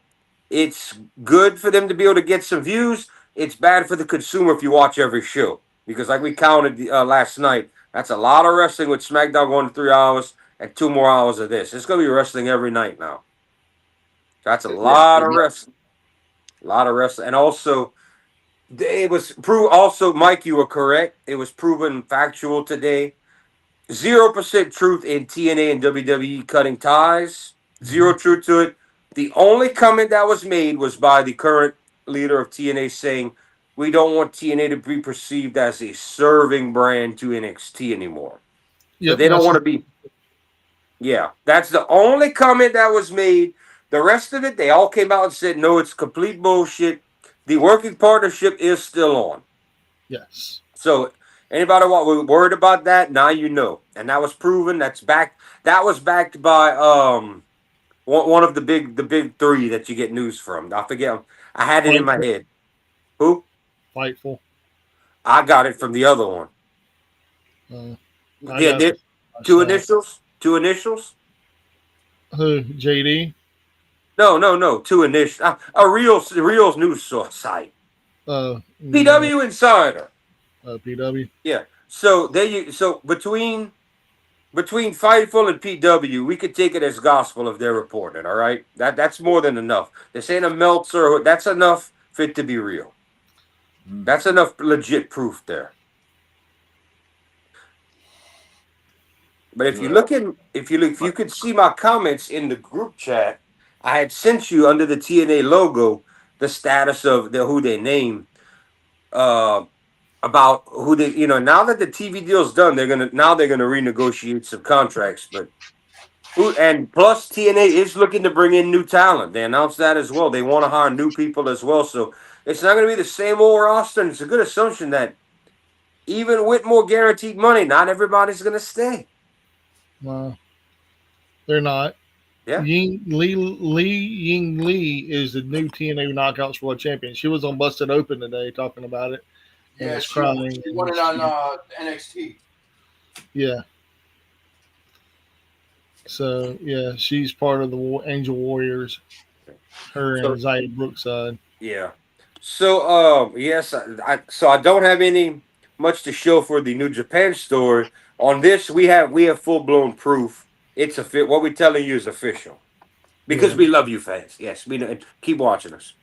Yeah, and there's also rumor is that Jake something's contract ends in December. I wrote it on. If you could go to the Red Pack group, Mike, go to where I have the logo of the new, and you're gonna see all of them listed in their status. I put it all on there. I'm going back up. Go back up. I'm right here, guys. So I was looking Yeah, for I'll something. get Beer and Mike's trying to look it up because I wrote them all down so you could get easy access to them. And he's looking on a Okay. website and can't find it. The Rascals, Steve Macklin, AJ Francis, Jake Something, Jody Threat, and Mustafa Ali all have contracts coming up this month. The Inspiration, Cedric Alexander deals expired after Battle for Glory. Matt Cardona and Rich Swann are working without TNA contracts. TNA was waiting until the TV deal was announced before renegotiations, which makes sense. Yep, that's actually a very good business move on their part because now they have a guaranteed budget and income they can play with to do this, Mm-hmm. and they might very well get that new talent they're looking at to come in that they might have never had before. You can be like, "Hey, I've got something for you. I've got a TV that you can show yourself off, and we can get you paid." You know, Mm-hmm.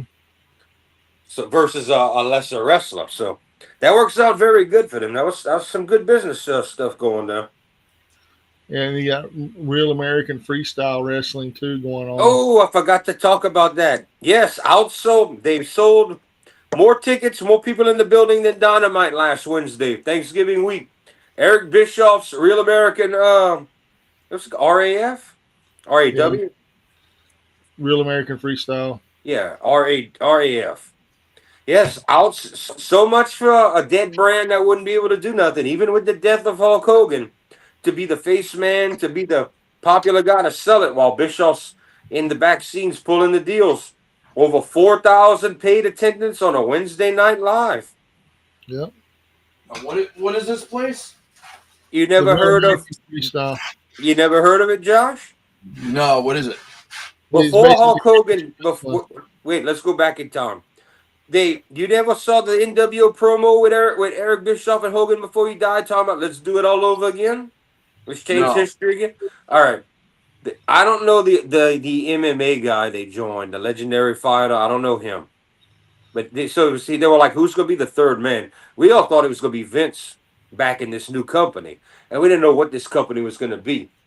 So they came on in black and white and did an old school NWO promo, and then they showed this third guy, and they're like, this is all right, Mike, you want to take it? Tell him what this is. Real American Freestyle. As a matter of fact, I'm going to go to their website. Real American Freestyle. This is amateur wrestling, Josh. Yeah. Okay. I'm going to go to their website. And We got 5 viewers watching. Hey, what's going on, guys? All right, hold on one second. Let me pull this up, man. Because I want you to see this because it's legit. It's really legit. It's legit, but they also have a little bit of sports entertainment at the bickering between. They're trying to get between UFC and WWE. Yeah. But this is real amateur wrestling. Hulk Hogan was going to be the entertainment, the face man to push it. Bischoff's the business mind behind it, the producer, the money, the backer to get the deals. And I don't know the name of the guy, the fighting guy, but he's some kind of legend. Not a UFC legend, but he's some kind of fight. Like they were like, who's the third man? We all thought it was going to be Vince after he got put out the company. That Vince was going to put his money and back Hogan and go into this because, like, hey, what the fuck? But yeah, they actually got more people. Dave Meltzer said they would never do better than AEW. Well, people were rubbing it in his face earlier today on the podcast. I mean, dude, it is what it is. I mean, you can stream live, and if you stream it live, oh shit, can y'all still see it? No. Oh, damn it. Hold on. Damn it, Mike. Damn it. This is what it brings up. I'm watching it Fox Nation. Fox Nation for free. You have to join. So this is basically regular wrestling. Yeah. Mat wrestling. Yeah.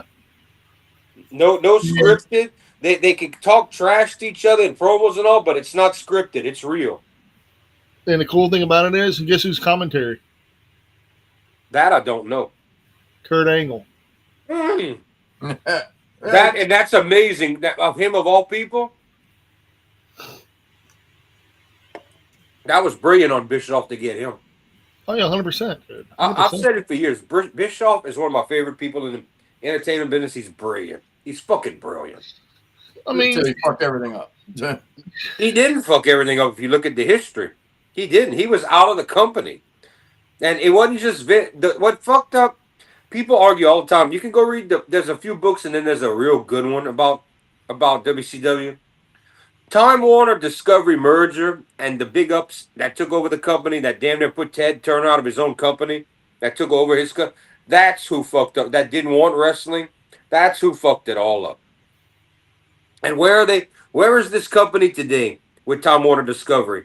Begging for Tony Khan and aid. Well, funny. Y'all could have had the company that put Vince out of business, ran for another 20-something years and not have to worry about it. But no, y'all had idiots running the.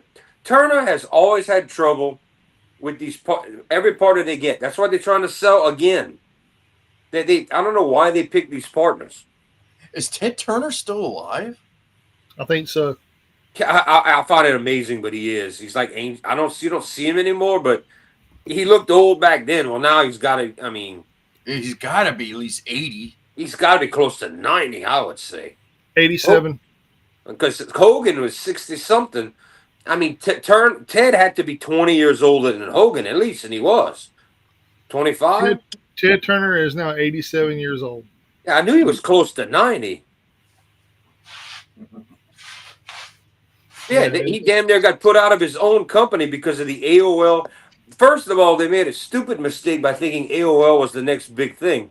They got the internet part right. They got the wrong company. Then the AOL Time Warner merger busted everything up for them. That fucked everything up. Those Time Warner execs came in. AOL was dead underwater. They had to go sell to somebody, and those people were like, we hate pro wrestling. We don't want pro wrestling. Oh, this station's doing bad. The numbers, let's blame it on the wrestling. Let's get rid of the whole thing was let's get rid of the wrestling. Mm-hmm. And it was AOL that was shit in the bed, not the wrestling. Well, AOL was dead already. Time Warner really fucked it up because they were so desperate to get a deal. AOL was so dying so fast after they got him because Ted rushed that, or whoever for Ted rushed the AOL deal. Time Warner came in and took over everything. Ted was pretty much just standing there having to watch all his business and his decisions be decided without him. He pretty much got forced out of his own company in a way. But he's still the face man. I mean, it's almost like when Vince sold to TKO, he would have had to shut up and do what they want, but he was hoping he could still be allowed to have creative. Ted didn't get creative anymore. This is what I was looking for. Trying to find my third copy. But yeah, that's really what. And you can watch the reviews today. People blame Russo had a lot to do with it going down. Eric got burnt out, and they sent him home. They brought him back just to keep an eye on Russo. But the years Eric was there were the years it was successful, and they stopped losing money, then started gaining money. Yeah. Yeah, because I've done the research on it all. And then you thought Eric did good in those years, and he was done. Eric blew that money out the water. In the 2000s, he was one of the main men behind reality television. He was raking in more money than he did in his life. Before he went to TNA, he stays executive producer for all these reality shows. Dude, he was making millions. Yeah. But Josh has some good news as well for next Wednesday. You want to talk about it, Josh? Yes, next Wednesday, there's going to be. Oh, here, me actually pull up the flyer, and I could get all the info really quick.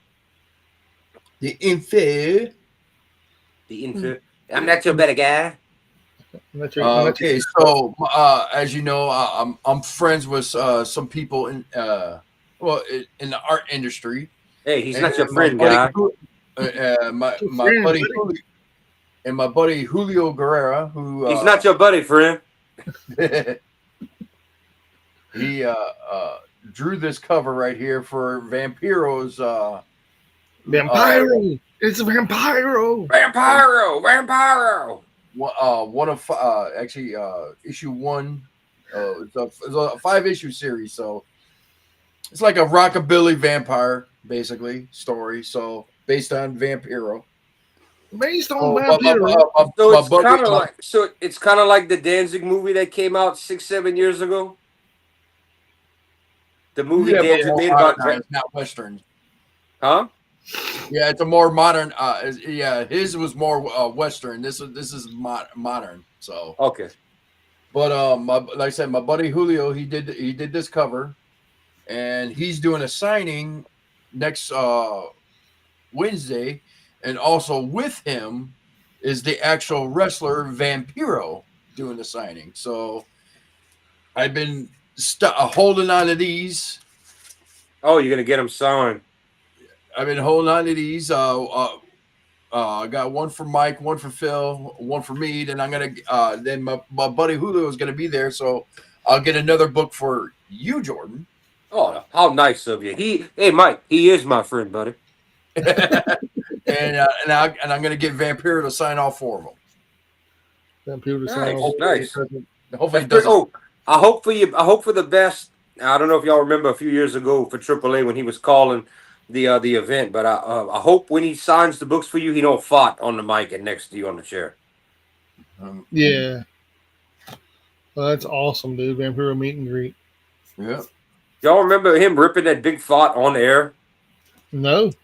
Oh, you could hear it. It was AAA Mania, and it was the first one I ever saw. And it was the referees were doing some soap opera cheating bullshit. Vampiro just rips a big one. Like it sounds like he ripped leather. It's that protein, man. That protein chicks. I can honestly say Vampiro, when he showed up in WCW, man, I was very, very impressed with him being the tallest luchador. Mhm. And they used him correctly for the first 6 months, and then they stopped using him properly, in my opinion. Yeah, the Misfits with him and everything too, and ICP. I remember when they were giving him a main event push, putting him on the side of Sting and shit as a partner. And then Hogan was like, "See this man?" When Hogan was in the red and yellow again, they had him cutting a promo saying he liked Vampiro and all this. You know, I was like, "Damn, how hard y'all trying to push this dude, man?" Pushing him pretty hard. Yeah, I was like, I don't know if it was who was behind it, if it was Russo or who, but somebody decided we're gonna push Vampiro. I actually thought that it was a really cool idea to do. I thought it was a little odd having Sting already there and the original white face paint, but I could see a potential. I remember him coming out with the Misfits, and then they put Raven with him, and then the ICP, and you know I don't know. For a while they didn't know. That was probably at the same time we had Fat Chick Thriller, Mike Awesome, and then the '70s guy. They couldn't make up their mind with these people. Man, Mike Awesome was so over. He wasn't over it. That he was misused. Where you gonna find a big dude that could fight like that, man, and fly like that? The Fat Chick Thriller. Heyman knew how to use him right. Well, Heyman brought him in and made when Heyman had Sid for like 2 weeks or a month, and after he lost 9-11, 911, and then he was like, I need a new monster. And he had Sid for a minute coming out with the stretcher. Then all of a sudden he pivots and he gets his hands on Mike Awesome from FMW as a mainstay and go put the belt on him, and Taz is leaving. I'm like, God, look this giant this dude's got. Now he's got a brutal champion. And then what you call it? Fucking Masato Tanaka. Yeah, beating the shit at each other with chairs. And Heyman knew it too, because after that was over, and that was their third meeting up, those two. But after Mike also finally got the win over him and got the title, Heyman said, "Oh, we're gonna make this look good." First feud, Spike Dudley. Oh, bro, of all people, man, Mike tossed him around, and Spike says all the table bumps and all that he took. He says didn't really hurt. He says it looks like all that hurt. He says I just floated around and landed. He says I feel pretty good today as I sell houses. Yeah, he's a realtor today, Spike. I like old Spike Dudley. What they called him on TNA, Brother Runt. Yep. Yeah, Darby Allin wishes he could be over like Spike. He is over. He's just. He wishes he could be over like Spike. He's a CTD man. He's gonna have CTE if he don't stop. Yeah. What else we got to talk about? That pretty much it. That's it. Oh, sure. The retiring wrestlers. Oh, okay. Yes. And we're a minute 44 in. This, and then I show some shit. If you don't have anything else to show, it should be 2 hours. Yeah. All right, I'm gonna let y'all fantasy handle this after we talk about what we know and don't know, and y'all's opinions. But let's start. All right, this part we've been planning this part of the show for what we're talking about. We're gonna do it. We don't have any plans. I said I was gonna let the guys talk about it, fantasize about it, come up with something. But we have a lot of big names from AEW and WWE that are all saying they're getting ready to go bye bye. We know Cena's leaving. We know Tanahashi's leaving. We know Daniel Bryan's like, look, guys, I might come back for a match, but I'm done. We know all this. But we have more. We have more top names along those lines. So let's start with the first guy, and I'm sure you already know where I'm going with this. Let's start with the first guy whose contract's coming up if he doesn't resign, who's pretty much up for a Hall of Fame ring and one more good run. And there is discussion. I've heard there is an underlying discussion that he may be the next guy to get a John Cena run if he goes back to WWE. We're talking Chris Jericho as number one. Yeah, man, but if that happens, man, there has to be some kind of contract tampering or some bullshit that goes along with that. I don't see how if he sits out the 30 or 60 days. I don't see how. Because he's still under contract. It's supposed to end in January. No. That's what when is Jericho's contract with AEW? Middle of 2026. Oh, well, no, I heard like it was December. Yeah, I heard it was his contract is up. I heard beginning of 2026, from anywhere from December to February, I was told. It was up. That's why when they asked Tony Khan on the interview we watched, he was like, I don't know. I'll hope, but I don't know. Let's see if they even have this. Tony Khan might have this information hidden. Chris Jericho's contract at AEW is set to expire at the end of December 2025. Yeah. Yeah. That's why I've been talking about this. And I think, if anything, if WWE brings him back, it's going to be at WrestleMania. And what we got in plenty of time till 90 days after January the 1st till WrestleMania. Mm-hmm. And the Hall of Fame. Well, Tony Khan doesn't do. He doesn't do that 90-day or that was it 3 months or whatever. Yeah, it is. he doesn't. He doesn't do that. He doesn't. So he could come back right away. But honestly, I would like to see. I'd say he would make his appearance right at WrestleMania, and just out of nowhere, but start building up like it used to be. Have the countdown clock going again. Oh, that I almost can guarantee that if it happens, we might not get it if you do it not like ahead of time. Everyone's gonna know, but before he comes out, you're gonna see a clock. If he shows back at WWE, you're gonna see a 9, 8. So you're gonna see a countdown. You will. Or it's gonna be against somebody. It's gonna be. I guarantee it's gonna be against Orton. It would have to be Orton. Well, there's no way around it, man, because they had some awesome feuds, and it's like I need an opponent for WrestleMania. I don't got anybody, so we got you somebody lined up, and he just goes out there like how how they did with Cody Rhodes with Seth Rollins, and all that. Okay, so that you think give him one final remaining match. You have Orton say, I need an opponent. The clock goes off, and Jericho recreates the original WWE. And does man, what that would be an amazing pop. Okay, we're gonna remember this, Mike. That's what Josh said. A Mania match this year, Randy Orton, and that. All right, what do you think if you had to come up with if Jericho leaves AEW, goes to WWE? What do you think they do with him? Jericho versus Seth Rollins at Mania. This year. You know that. Okay, I'm gonna throw a wrench in there for you. You do know that Rollins thinks he's going to be good in his book. None goes wrong. He thinks he's going to be cleared by February. Mm-hmm. And you know that the original plan is Rollins versus Punk at Mania, and the other plan is the backup if he can't make it. Well, I think Braun Breaker is going to face CM Punk at Mania, so that's a done deal. So you're going to have. I'm hoping that's what happens. I'm hoping. Yeah, you're going to have Seth Rollins versus Chris Jericho. Okay, and that's it. because there is nothing else for him to do. You can't have him face Randy Orton because Randy Orton is going to be on SmackDown, and you're not going to have Jericho, your number one guy, to just come back to be on SmackDown. You're going to have him on Raw. Well, do we have? I mean, what's on TV? What more people are going to see SmackDown on USA than Raw on Netflix? Raw. But Nah, more Because people you're watch losing Cena. SmackDown Because you're live. losing I Cena. would say SmackDown. They need the viewers. They need the viewers. Yeah. Okay, so that's your plan, and that's it, Mike. That's the only thing I can see. Okay. Well, I don't see Rollins going for that idea. I mean, he did that as for Cody, because he's like you got a mystery opponent for WrestleMania. It's like, who is it? I don't think they're gonna do it to him again. I do. All right. So WWE doesn't have anything fresh, man. It's the same old carbon copy bullshit. They've been doing it for several years now. People just now getting old, getting used to it. I'm serious. I mean, think about it. Name one WrestleMania in the past 5 years that was relevant.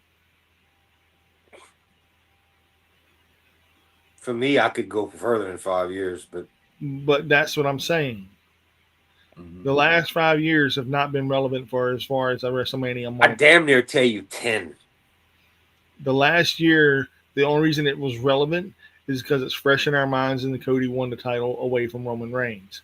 Roman Reigns was the champion the last 4 years. The last biggest thing I remember at Mania was 30 with Bryan overcoming all the odds, finally getting the belt, the people going nuts. Now, I remember 31 well because I had a big, stupid, huge party where blocks down the road, everybody came to my house and ate and watched the show at Well, yeah. Lodge in 31. So, But the thing is, though, Seth Rollins 2 years ago or 3 years ago, I'm sorry, was the face of Monday Night Raw. Seth freaking Rollins, Monday Night Rollins, and then he had him go out there and face Cody Rhodes at WrestleMania as a mystery opponent. Jericho ain't going to have a countdown clock. He's going to have a white rabbit. okay, that sounds good. But I'm asking both of y'all, that's all y'all got for it? That's it? Y'all both said, Because I mean, Randy Orton would be a good match, but not a feud. The only feud I can see coming out of it will be Seth Rollins. so y'all both. All right, Josh, let me ask you a question before I do mine. Are you saying that Jericho shows up live at Mania to do the match with no build before, no Raw or SmackDown, or yes or no? I'm pretty sure they're gonna sneak. They're gonna do something. Like a countdown. They can't do a White Rabbit because that was all Bray Wyatt stuff. So they can't do that. So they're gonna suggest something. Okay. And, they're gonna do some kind of countdown, but we're not gonna pay too much into it until right. And I'm gonna say that Orton wants a WrestleMania match, doesn't have anybody, and it's like we'll got something for you. And it's like we'll have a match for you. And then all of a sudden he's gonna go out there, and all of a sudden it's like you're gonna hear you gotta see some fireworks go off, and all of a sudden. And everybody Break the walls down. Everybody will pop. Oh yeah, it would be the biggest pop since Rock in 11 when he came back. Yes. Or Brock the next year. I'm gonna go with Rock because Rock's was bigger. But the only thing I don't see him coming back to WWE is because of what he did about CM Punk.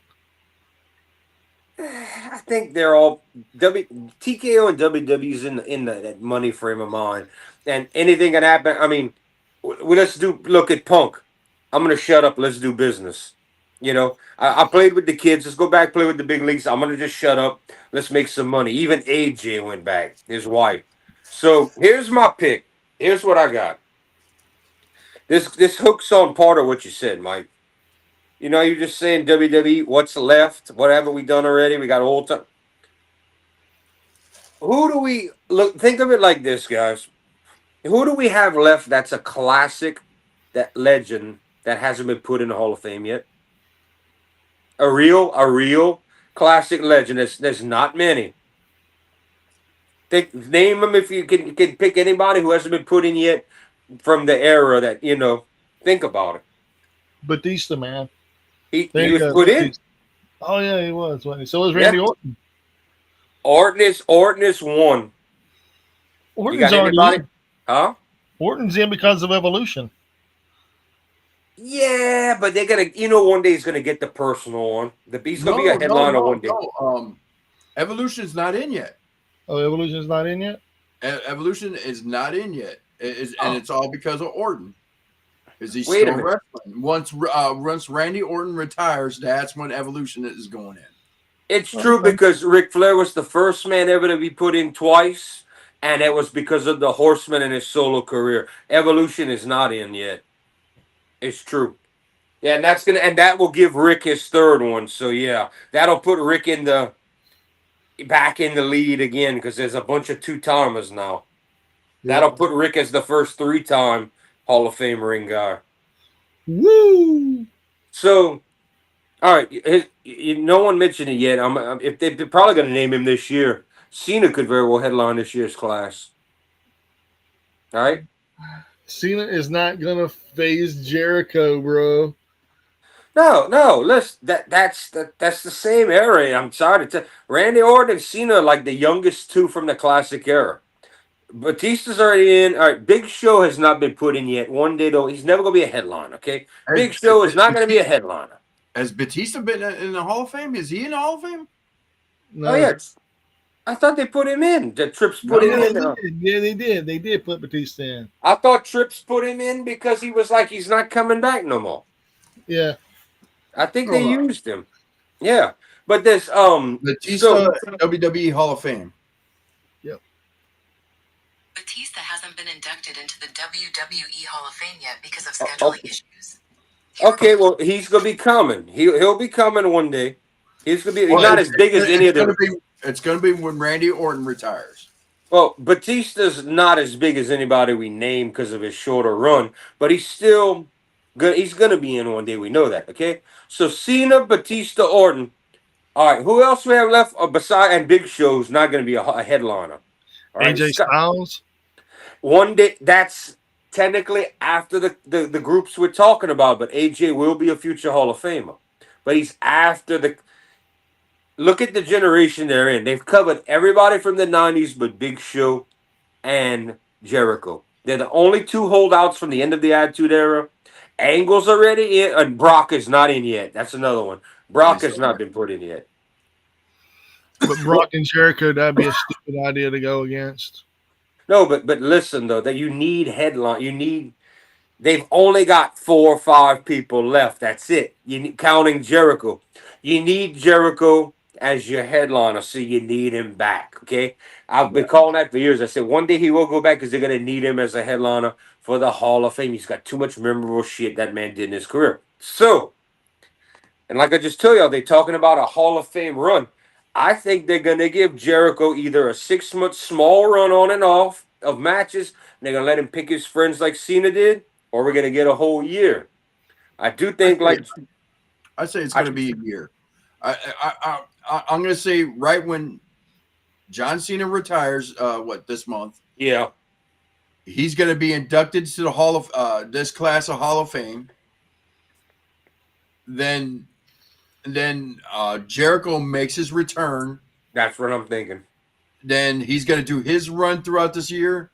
Then he's gonna retire in 2027. That's what I'm looking at logistically. I do agree with you that it will be the countdown and the old pose from '99 when he came.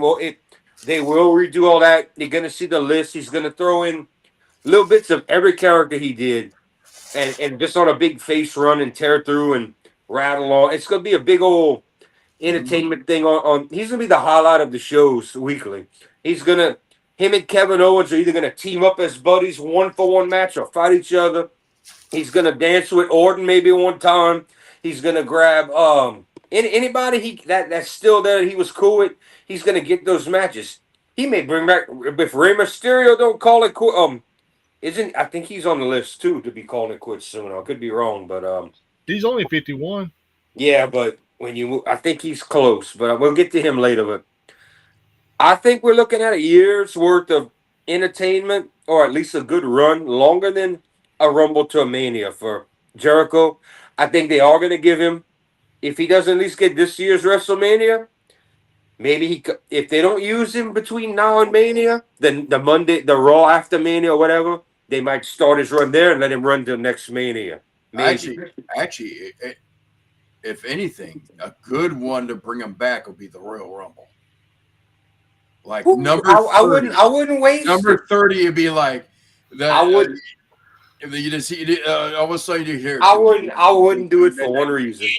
I wouldn't do it for one reason. If it was Brock Lesnar, I'd do that. Jericho can talk, so you can let that countdown go off on a Raw or SmackDown. Jericho could stand here for 5 minutes doing nothing, and they're gonna go ape shit like it's The Rock, and he turns around and he starts talking. They're gonna hold on to every word that man. The YouTube videos, all the replays. People like us that don't watch are gonna go watch it. They're probably gonna hit their all-time record.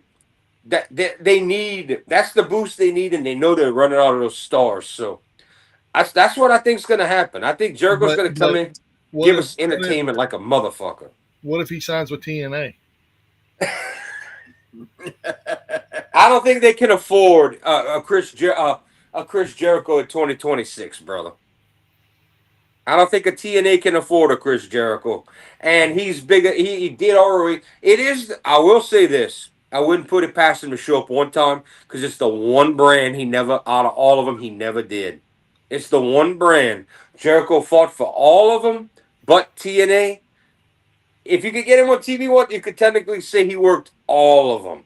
Well, he did. He did a Fozzy video on TNA. Yeah, but he didn't. It's the only one he didn't get to really work it before. He did ECW, WCW, New Japan, WWF Attitude, WWE. I mean, he did them all except TNA. So he did AAA in his younger years. I don't know. Yes. I don't think he ever did CMLL. Yeah, but he probably did as a young man, as an independent. But today that won't happen if he's jumping ship. But it doesn't really matter because I mean he's gonna have, if he can pull off he'll have a record that no one else has. No one else has done them all like that. That's alive. That did them WWF era, WWE era, WCW, New Japan, CMLL, AAA, and then if he could do it something, no one. Yeah, he did them all except he would be the literal Ocho. well, he'll be Cinco. Yeah. Not Cinco. No, he's already past Cinco. Yeah, he'll be Dace, won't he? He'll be Dace. Yes. Yes, yeah. Yeah, it would be insane. But he would hold, just like John Moxley's the only man so far that has held New Japan, WWE, and AEW's heavyweight title. You know, he's the only man that could say he held all three. Well, Kurt Angle's the only man who can say he held WWE, TNA, and New Japan. No, AJ. He was heavyweight. Yeah, you can't. Yeah, I've had that conversation in the group years ago, and everybody tried to figure out I said, no, y'all. I said, Mox is the only one that was those three. Everybody tried to use the other ones, and I said, you're not gonna get. I said, you can't. I said, too many of them travel. Messed up though. Samoa Joe has held Ring of Honor gold, TNA gold, WWE gold. Not the big one. No, he held NXT gold. Yeah. And you know the sad thing? Heyman and Brock wanted to drop the title to Joe and get it. They that Great Balls of Fire bullshit. They wanted a one-on-one match, and Vince said no. Paul Heyman believed Joe would be credible to beat him. They wanted it too. Yeah. They wanted it. They wanted him to have the big gold. Yeah, and then you would have had AEW. I mean, dude. I mean, Joe, in my opinion, he hasn't held New Japan gold yet, has he? Not the big one, but I'm trying to think if he ever held. He did go over there. He has fought in Japan. I'm trying to think if he ever held any version, or even in Noah or All Japan back in the day. I'd have to look it up. But while you're on the subject, he's not the next most important, but we jumping ahead. But to move on, he's another man that said it's coming, and he's on his final year or two run here. He's the next. He's not the next guy I had in mind to talk about leading into it, but he is. Well, we have an AEW talent here that's been around and fought for everybody. That's going to be leaving us in 2 years or less. So, Like Hope. what do y'all think? What do y'all think the plans will be for Joe? I don't think he's going back to WWE. I don't think he's going back to WWE at all. No, I don't think that he needs to. I don't think he needs to. He never had his best time there. no, they I think they burnt that bridge with him. As like they had the opportunity, as like you said, they had the opportunity to drop the belt to him. He would have been a hell of a champion. I think I don't think he needs them because he had better runs in all the other companies, and he's world champ now. So let's just assume he stay. I think he's going to stay TNA till the end. Okay, I think y'all can agree on You that. mean AEW? You mean AEW? Yes, AEW.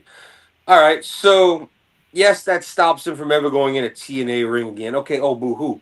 He already went to TNA, conquered that. All right, he did that. No, I say it like this: he's going to do his AEW run, finish that.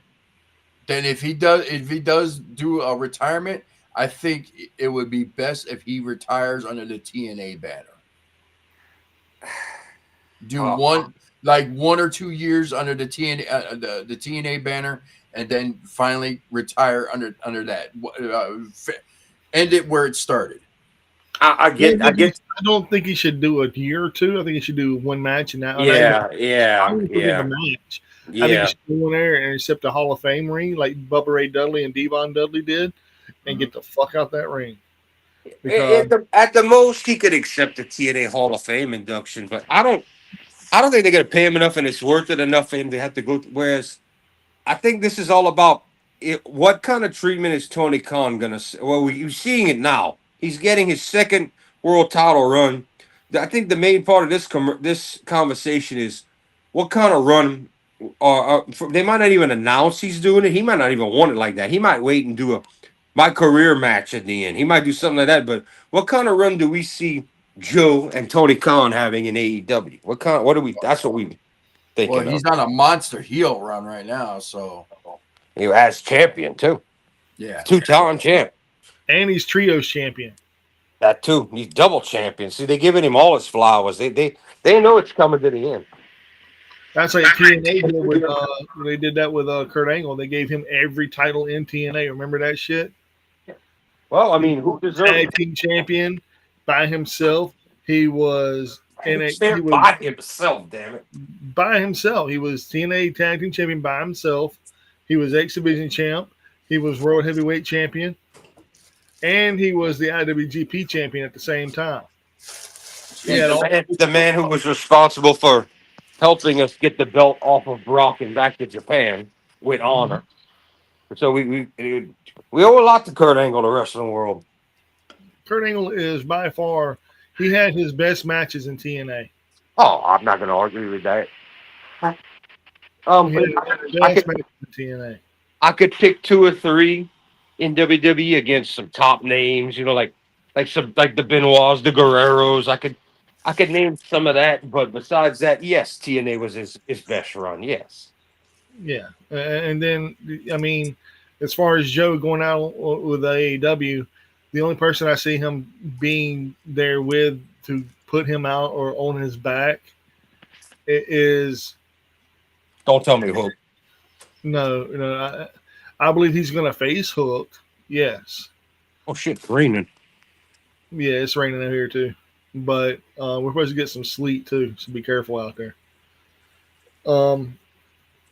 But I do believe it's going to be the person that puts Joe out to pasture, and this is, I think it's be Will Ospreay. Wow, I wasn't expecting that at all. Because they haven't faced each other yet in AEW. You think Joe would be like, I'm gonna end my career and career match against Ospreay? Yeah. Wow. Either him or Okada, and I think Ospreay will give him a better match. See, wow, that's 2 guys I never would have Okada or Will against him. I didn't have that on my bingo card. Damn. Yeah. I totally didn't even consider those two. That's very Those are- interesting. They're very great people, man. I know. I've watched them, but they come from my favorite company. Yeah. I ain't All talking right. So who else? Who else we got retiring? Oh, wait a damn minute, Josh. You never said nothing about Joe yet. Oh, Joe. Okay. Well, how is he going to receive his flowers? Oh, geez. Or just how's his career gonna wrap up as current heel 2-time AEW champion? How are they gonna wrap him up, as to his eventual end? Oh, geez. The list of people that is. Well, first look at what's logistically available. Not WWE talent because he's not over there. Not TNA. What you have with TNA, New Japan, CMLL, go out of the roster you have in AEW. If anything, if he is to his retirement match, if he's looking to pass the torch, Mm-hmm. like to pass the torch, God, And boy, if a company needs it, isn't it to build a new star, get somebody up there in AEW of all of them? Well, the only other person I see him building a star around be Kyle Fletcher. Ooh.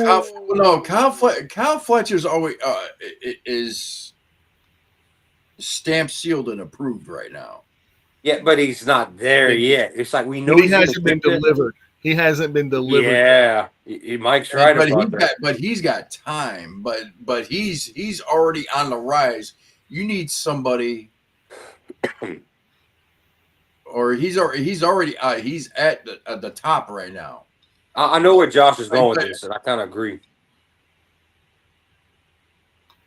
You need someone that is like someone of Joe's caliber that to pass the torch. You got to make like a new Brock Lesnar or a new Kid. I know where you're coming from. Somebody that needs that rub bad, not somebody already made. I know what you're saying, but You know how like Jericho lost to that? Was it Lee Moriarty or is it Action Andretti? Action Andretti. Yeah. So you know how like that is like if something like that. They didn't do nothing with that though. That's Tony Khan's fault for fucking that up because Jericho gave him. Here's the guy I think that's a star. Watch him. I'm gonna look at the lights and let him pin me. Do something with him, Tony Khan. Tony Khan fucked that up. Yeah. God. You know what? I want to say Hook, but it's so unbelievable, ain't it? But at the same time, no. What about Meat? Powerhouse Hobbs? That's a possibility if they bill him right. If they use him right, that's a possibility. That is a possibility, but honestly, I don't really see much who could fill Joe's shoes in AEW with the roster. They have that needs it that's not already up there. Yeah, I know that's the problem. That's what I've been fighting. I've been fussing about that with that main event scene for years over there. I know, and it's like it's gonna be. It's you know what? How it's gonna play out? It's gonna be the guy that you're not gonna expect. Darby Allin. No, oh my god. No, good God, no. Yep, I'm already gonna say. No, he's already in a fucking hospital right now. So it's Darby Allin. you know what? I just like I can't think of anybody right now, but I'm pretty sure I'm gonna be. All right. Or it could be Jungle Jack Perry. Oh no, it would be a swerve before that. It would be swerve before any of them guys. Swerve already don't need it, dude. I know, but I have a feeling because of their roster, it's going to be a guy like Kyle Fletcher or Swerve that's up there, held there, but that's not quite legendary. To get to that edge level. What about Wheeler Yuta? The people seem to bitch about Wheeler because he can't talk. Okay, then what about Daniel Garcia? You want? Here's my fantasy booking. Ooh.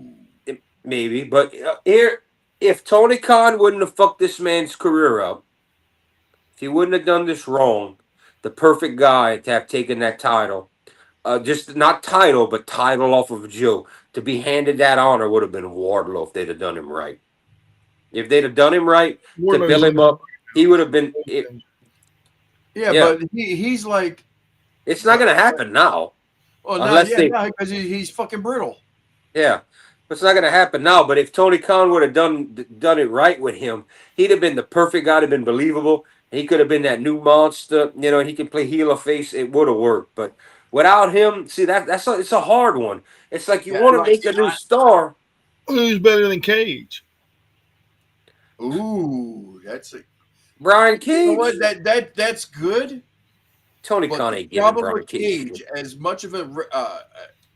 much as he got the look of $1 million, can wrestle his ass off. But the problem with Cage, Put him with a manager and talk. he can't talk. You put him with somebody that can. After the Don Callis family's over, I don't know why. That's the kind of guys Don Callis used to always go for, the physique and all that. No, And Put him with just his Stokely. manner. Put him with Stokely. Warlow, I would agreed with because he was starting to get better, and he was starting to be able to talk more, and he was actually doing decent promos. That would have been a good one to pass the torch. But right now, he's Tony Khan botched that man twice. The perfect basketball analogy. He's the Derrick Rose of AEW. No. He is the Jeremy Lin of AEW. Jerry Lynn. No, not he didn't say Jerry Lynn. He said Jeremy Lin. You know, the guy that got traded and he had all that fantastic stuff for 1 year and then he fizzled out. Because if it would have been Jerry Lynn in modern day, that'd have been the perfect guy to pass it to, like RVD did. That'd have been the guy to make. Yeah. The new weapon show. Yeah. Okay, how about that's exactly what happened there. I know this guy is young. I know he's already been made. And who they put Jerry Lynn with after he was face and beat RVD? Who they put him with? Don Callis. Callis managed him as the network, as the new face. But then he got destroyed by Rhino, though. Yeah, but he moved over to Rhino after. I mean, he was like, Jerry's getting over. He don't need me no more. Give me Rhino. Give me the young 23-year-old kid. Don Callis knew how to pick him, but it's a hard one because of how Tony Khan's. That's why I yell about that main event all the time and who's ready to be built up. What about MJF again? MJF has enough bragging rights with all the rings, and he's already been champ. If you treat him right, he's always going to be a top guy. I love him. I hate him in that company if he's done right. He might be one of the number one people that don't need that win. Yeah. He don't need it. But like y'all was saying, Daniel Garcia, a young, hungry worker like that's the kind of guy. But you need someone that can talk. He can talk. But you need an entertainer that the people are going to go nuts for and get behind. You know, Hook is unbelievable for me, and Joe might push for that crap because he's that crazy. But Hook to me is unbelievable against Joe. Joe could sit on him and he'd never get up.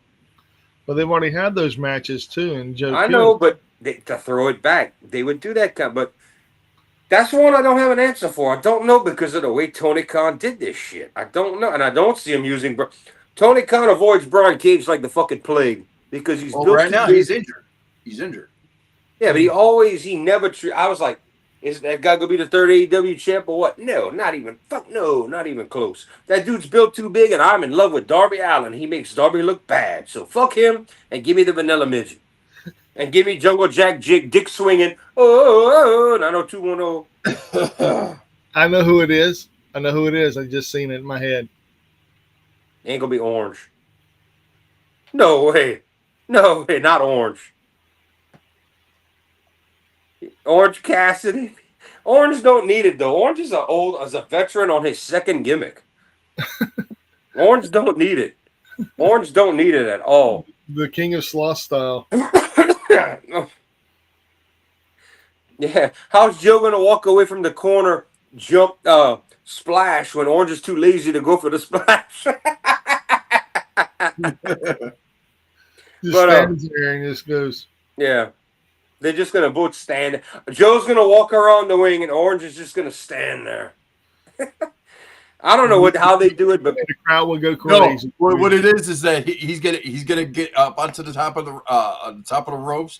He's Just about to do stand it. That Joe's gonna turn and walk away, and just Orange and, Orange is gonna just sits right down. he's Yeah, just put his gonna hands in his pockets. and stand just on the sit top down. rope, and Joe's gonna be like, and he's gonna go.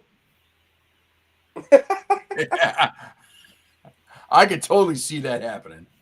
Yeah, It'll be a but good match. I think it'll be a good match. a lot of people would bitch saying that they would use him as Joe's lap. Anyway, I don't know if we have a real good answer for this one, but we did jump out of order because out of Jericho, I wanted to talk to you about the other man who's been talking about retiring, and he says this time is his final one. I think y'all, especially Mike's, gonna be very excited about this one. Another TNA alum, a man who is currently sitting in WWE and has been wanting to retire to go, and has missed half his kids' lives already. The AJ Styles. The phenomenal one. Yep, he's on the list. I can tell y'all this from actual knowledge. He has a year and a half left on him. Mm-hmm. He is by far one of the nicest, most genuine people in that ring. Him and Sting are their Yes. mentality. And I know he's going to retire at WWE. I already know that. Yeah. And he's going to go out just like anybody else would. And I know his final match has already been written. And but who would I love for him to face for his final match, even though I know it's not going to happen? Be his best friend, Christopher Daniels. That to me would be. I the still best think, Mike. way I'm not cutting you off, Mike. But I still think AJ does show up. Maybe does a one-time show up in TNA just to have a dance with Chris, bro, in his retirement. Well, thing is, Christopher Daniels don't work there. He works for AEW. Oh, that's why I can't. Oh, all right. Yeah, that's why he would have to jump ship. I forget all these guys are not where they once were. Yeah. Yeah. And Christopher Daniels owns a heavy title in the AEW, so I don't see him leaving that title to go face AJ Styles one more time. My big problem, I'm not cutting you off again, but I want to just throw this in there. My big problem is, like you just see, would retire with WWE and then do a couple of matches after the company. But AJ, they're gonna kind of tell him, not in a mean way, but they're gonna be like, now look, we're loyal to you. We want you to stick by your time. AJ's gonna be the nice guy and be like, yeah, I gave you my word, kind of like Brian, I won't do this or that or whatever. I wish he would go off and have the matches he wanted after, a little deal. He does. I mean, he definitely wants to have another match with Okada. He definitely wants to have another match with Omega. I mean, he does want to have matches with Daniels. I know he does. But and the same fact of it is, the money is so good where he's at. That's why his wife asked him. The kids are like, he always talks about missing his kids' ball games. It's like next year. He keeps telling himself I'm retired. He's been saying he's going to retire since 2020. And the whole reason he's holding on is because he knows he's making all that bank to be able to gift his family. That's why he's doing it. Oh yeah, 100%. He's doing it all to set up his wife and his 4 kids. It's the whole reason he's doing it. Dude, one of the genuinest people you'll ever meet. If there was one bad thing I could say about AJ Styles, there's only one of him. I was going to say, if I had to find a bad thing to say about him, even though he did good in the companies he was in, I was going to say maybe he was too nice for his own good to fight for more for himself. Yeah. But he's just like Sting mentally, even though they're from 2 different eras, he's just like Sting. Vince said when he met Sting and then when he met AJ, he said the same thing. He says, well, hot damn. If I knew these guys were loyal and good, I'd have hired them 10, 20 years ago. Mm-hmm. He said it about both of them. He was like, well, damn, pal. If I'd have known he was like this in 2002, talking about Sting, And they all, everybody in the company said it. You know, the great guy. Anything he asked him to do, sure, sure, no problems, no shit talking. No, I want this, that. AJ's the same character, same fucking character. and that's when I hate him to even hang up his boots, man. And I know that day is coming. And it's And in just sad. WWE and in WWE of all things, it's like Yeah, but he's good enough to be able to put on a match where he can do a little more than just the entertainment style, but not kill himself. So he's good. He's the phenomenal one, man. He could put on a good enough match where everybody would cheer in WWE, and he doesn't have to break his neck at the age he's at. It's gonna work for him. It will work for him. Trust. If anybody's gonna work out good for AJ, he's gonna go down as one of the greatest of all time for a reason. Dude, he is the GOAT, man. He is, well, he ain't the GOAT. He is the phenomenal one. I was waiting for you to There's catch yourself right out. Yeah, I mean, there is only one phenomenal person. I mean, hey, Josh, let's punch Mike hard. Kurt Angle or AJ Styles? Kurt Angle's a better wrestler. AJ Styles is a better performer. I didn't ask you all that. Who if you had to pick, who's the better wrestler worker? AJ. Kurt Angle, man. Yeah, I see. Kurt's a beast, but I knew it, and it kills you to do it because you love them both. You think that they probably are they your two favorite of all time in ring? one of them, yes. All right, I ain't all gonna tell right. you So who. let's. It's getting late, guys. Let's get to picking. All right, well, Josh, go ahead. All right, so for AJ's match, if he's still around, it's going to be one of two people. It's going to be his final match is going to be one of two people. It's going to be either Nakamura or Finn. Neither. They did it already in both companies. No, I'm talking about like balls to the wall. Josh, you never watched Wrestle Kingdom 9, did you? No. You never watched the original AJ Styles versus Nakamura match, did you, in Japan? No. You could put all three WWE matches, which we think are shit. You could combine them all, and they can't even hold a little finger to 5 fingers of what they did in that match. It ain't that. It ain't about that. The person that's going to put AJ out to pasture, in my personal opinion, is either going to be Braun Breaker or Bronson Reed. He would be the guy to pass the torch. He would to give back to the business. You're exactly right. I think you got it on the money. He's going to put over a new guy. Yeah, or somebody that hadn't debuted yet out of the NXT. I don't see Bronson Reed. I think will Braun Breaker really need it at this point in the year? That's what we were talking about that earlier. How fast still Braun? Well, is Braun Breaker going to get that belt this year? Or are they going to play around? If Braun Breaker gets that belt, he don't need to beat AJ. Nah, then he had to get Austin Theory. Yeah, he desperately needs a push. I don't find him all that like a lot of people do, to be honest with y'all. I mean, well, then this is going to hurt me saying it, and I will never say it again. Logan Paul. I'm gonna shut my mouth. You know what? I did not say that. I think Mike is right. I think he's fucking right because Logan Paul can go like AJ. They would have a great match. They've had a great match, and Logan Paul beat him, but it wasn't a farewell match. And if it was a career match, I think it would be. I think the two of them would put on the best performance and fly around the ring. Yeah. Yes. I think that's a definite highlight. I would want to see that. I'd have to watch that. I would. I can't believe I said that. I don't think I have anything to add to what Mike. I don't think I have anything to add to what Mike said. I think those are all. Unless Braun Breaker, and you see what? Here's why I don't think Braun Breaker needs it. We're nowhere near his time yet, but I thought it was going to be Gunther. Gunther don't need it now. When Lesnar goes, I think Braun Breaker's going to be the guy to put Lesnar out. I think it's going to be him. That's why I don't think AJ and Braun, short of dancing one time, if AJ's still wrestling, I don't think he's going to need. I think that's what they're saving. That the spot that Riddle wanted to beat Brock, that spot Riddle wanted from Goldberg and Brock that he's never going to get. I think that if Braun Breaker's not proven it, he's going to be that guy to get it. And against Brock, somebody one day, maybe Bronson Reed if they could build him up right, but a younger guy, a bigger, maybe a Mateo, whatever they call Jeff Cobb now, if they can let him talk.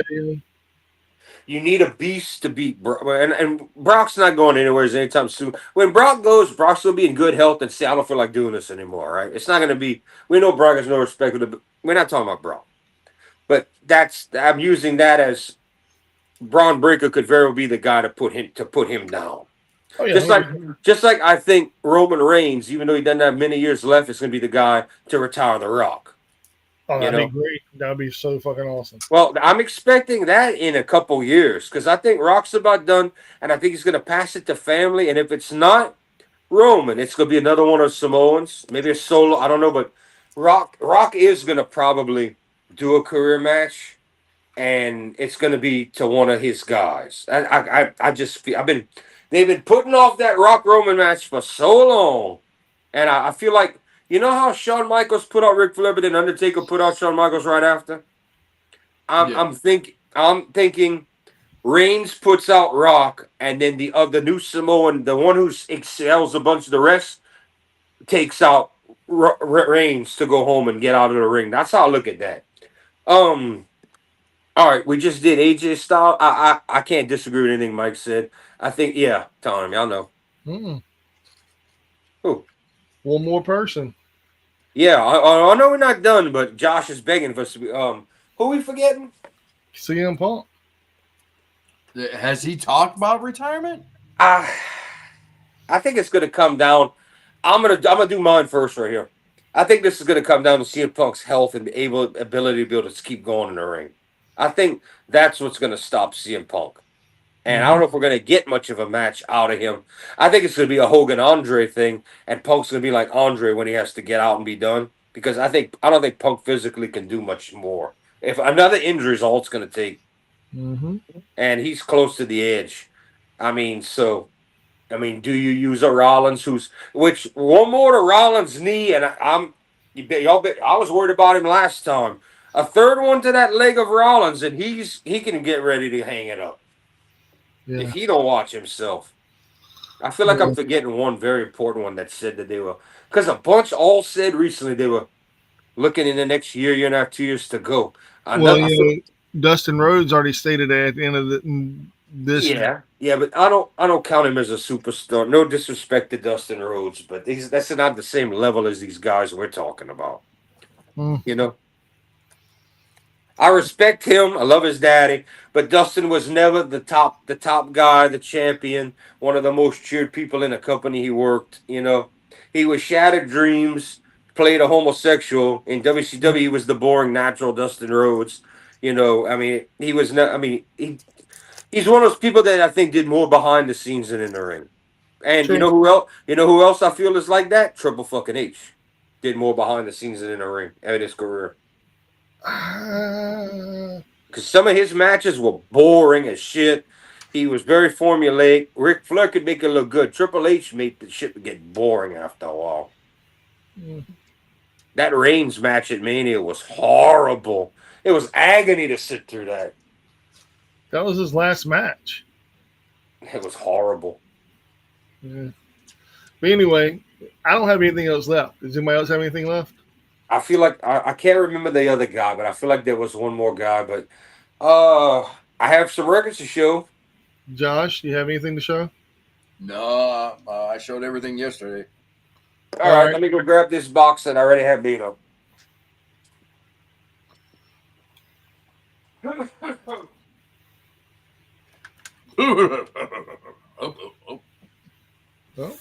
We get to see Jordan's part of Jordan's new couch.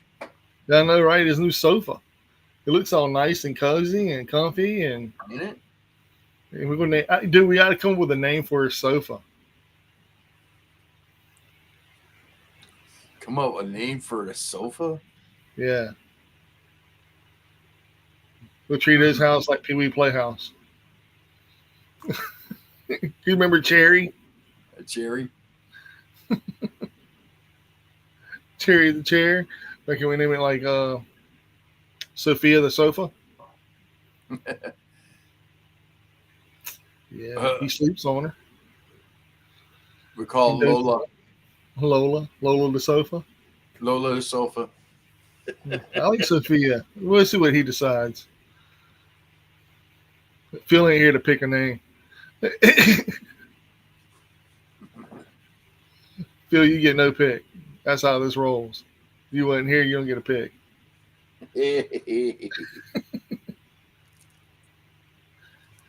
Damn, he's taking forever. Damn, he's going. Where's this box? I'm like, damn, man, I gotta go to work tomorrow. Dude, where's this box located at? Is it located in your area there, Josh? Because, I mean, damn, dude, he's going for a minute. I'll be right back. Says the man. Says the man that says, I'll be gone, I'll be right back. And the man ain't been gone. Watch you get his repo man gimmick. Which even be more terrible. Like, look what I got, guys. I stole Jordan's records.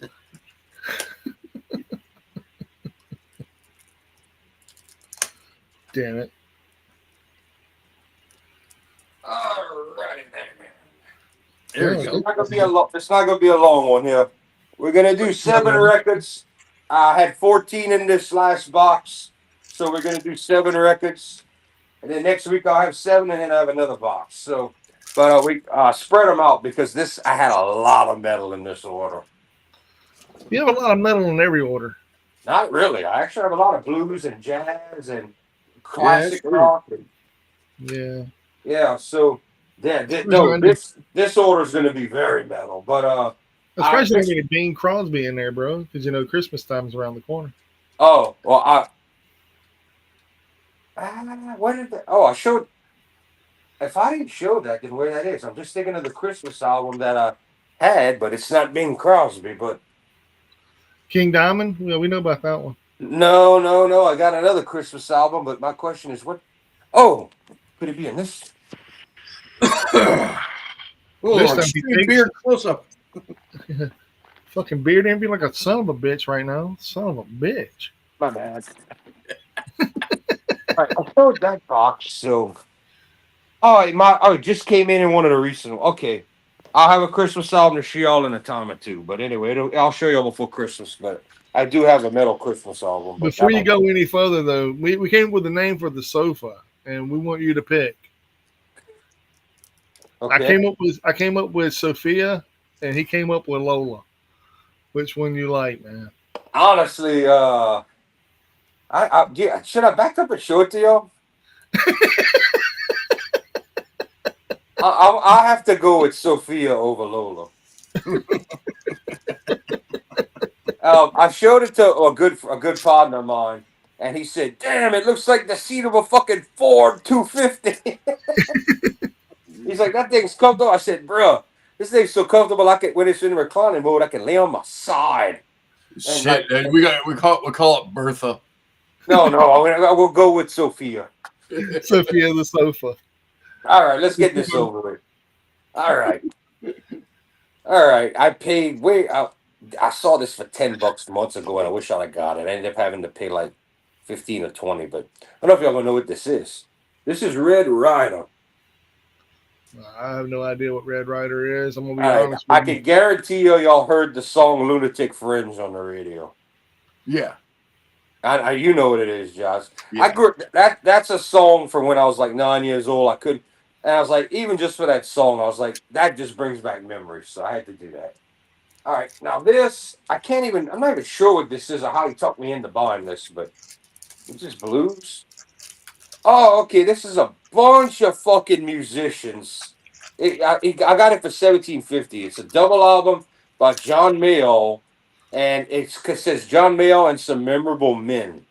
All right, it's called Back to the Roots. All right, that don't mean much, but here's what matters. Like, I flipped this thing over, and every song has every artist listed. All right. Like, some of the people included on this entire album are Eric Clapton, Larry Taylor, John Mayall, Johnny Alman, Harvey Mandel, Keith Hartley, Mick Taylor, fucking Sugarcane Harris, You had me at Eric Clapton. Yeah, I mean it's full of those people, bro. Like I'm just going. Every song tells you who's on what lineup, but it's a bunch of those guys and shifted around and other people. But yeah, Clapton's all over this thing. I mean, Mick Taylor, all of that on here. And it was $34.99. I said, give me that for $17.50. I was like, I'll do that. Okay, Metal Town. Metal time. All right, this I did not even know. This is sealed, and it says $34.99. I guess that's what I paid for it. Oh, on gold vinyl. Okay, this feels like a Gold. double. This is a double album. This is called British Disaster: The Battle of '89. This is Exodus live from there. Yeah, from '89. So this is like when the year my good friend got his leg broke in the pit at the Superdome with Exodus in 3 different places. So this is like this is yeah. This was back in the brutal days with Zetro on the mic. So this is like Toxic Waltz, A Lesson in Violence, Piranha, Till Dead Do Us Part, Fabulous Disaster, fucking Parasite, all the old shit, before Is that with 9. Bailoff? Bailoff died after the first album, man. This is Zetro, the second singer, Really? who's pretty much considered the singer of Exodus. Pretty much Toxic Waltz and all of that, and Caught in a Mosh. That's all Zetro, man. Oh, really? Which sadly, Zetro just left the band for the 3rd time, and we're getting Rob Dukes back again. Hmm. Yeah, not thrilled about that, but we do have some great albums. He was on the last 2 albums we got from them, which are 2 of the best. He had left with. Wait a minute. Bailoff didn't die after the first album because I seen him do interviews. You're correct. He didn't die after the first album, but he never.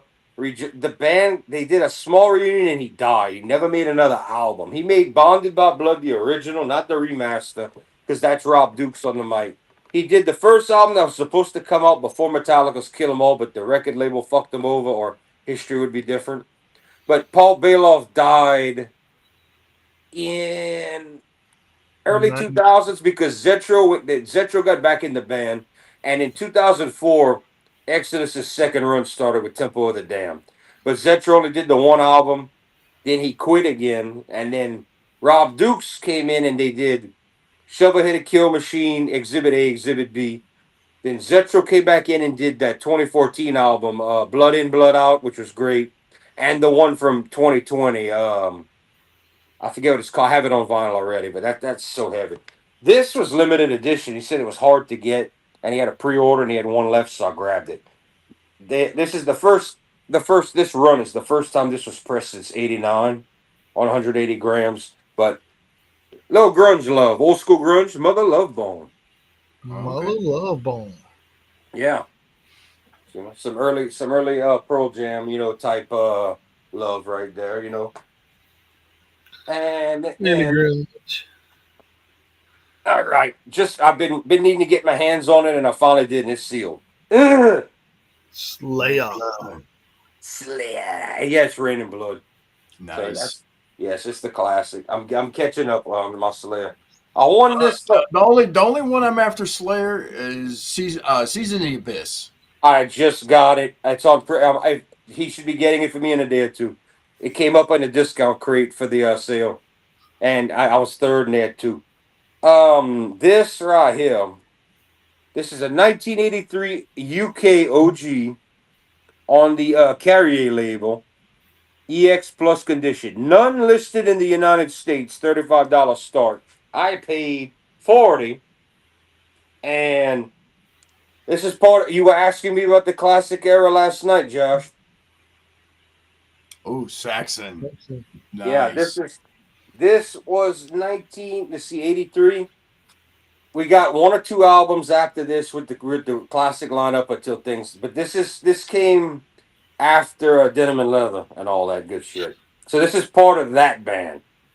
Nice. Yeah, and it's an OG and all. So this is the original Eagle Has Landed, and the song "The Power and the Glory," and so it's not my favorite album as a whole. But I said, where else am I going to get that for $40? Where Where am I going to get it if it's not even available? And this, I did not even know existed. But this, I mean, this is my favorite Black Sabbath live performance in the entirety of history. You can watch it on YouTube. It's brutal. They only had the first two out. The second album was brand new. This is 1970 in Paris. That 1970 in Paris on vinyl. So this is like the most brutal. That is the most brutal version guitar you can hear of songs like Paranoid, Hand of Doom, Iron Man, Black Sabbath, NIB Behind the Wall, Sleep, War Pigs, Pharaoh Boots. It's like it's And you my can favorite. see the video of it. Actually, there's a video of this concert. There is. It was a 2-part TV show. It's in the one, but they finally put it on vinyl. It's mine. I paid the fucking $40 or whatever it is, and you know what? Tony Gormley sounds like fucking rock god on here. And with that, You're done? that's it, man. I'm gonna save the other 7 for next week, and I have another new box that came in that's not so big that I took the T-shirt out to show y'all. And after that, it's gonna be small orders from now on. So it's gonna be 1 or 2 nice things, if that. Cool. Well, ladies and gentlemen, I have a massive surprise coming in my next order that y'all are gonna think is the most coolest thing in the world. awesome. Yeah. Well, on that note, ladies and gentlemen, if you're not watching Ringside Rants, You live in that phone, brother. What an impression. what a great impression. Yeah, and we're just not food that you eat, man. We're also We're food for the ears, baby. fucking Right. riot, man. Yep. And it doesn't matter if it's tomorrow, yesterday, or Paris in 1970. But remember, it's mine is mine. But yours is mine. If it ain't mine already, it will be soon. On that note, ladies and gentlemen, anybody got a fun fact?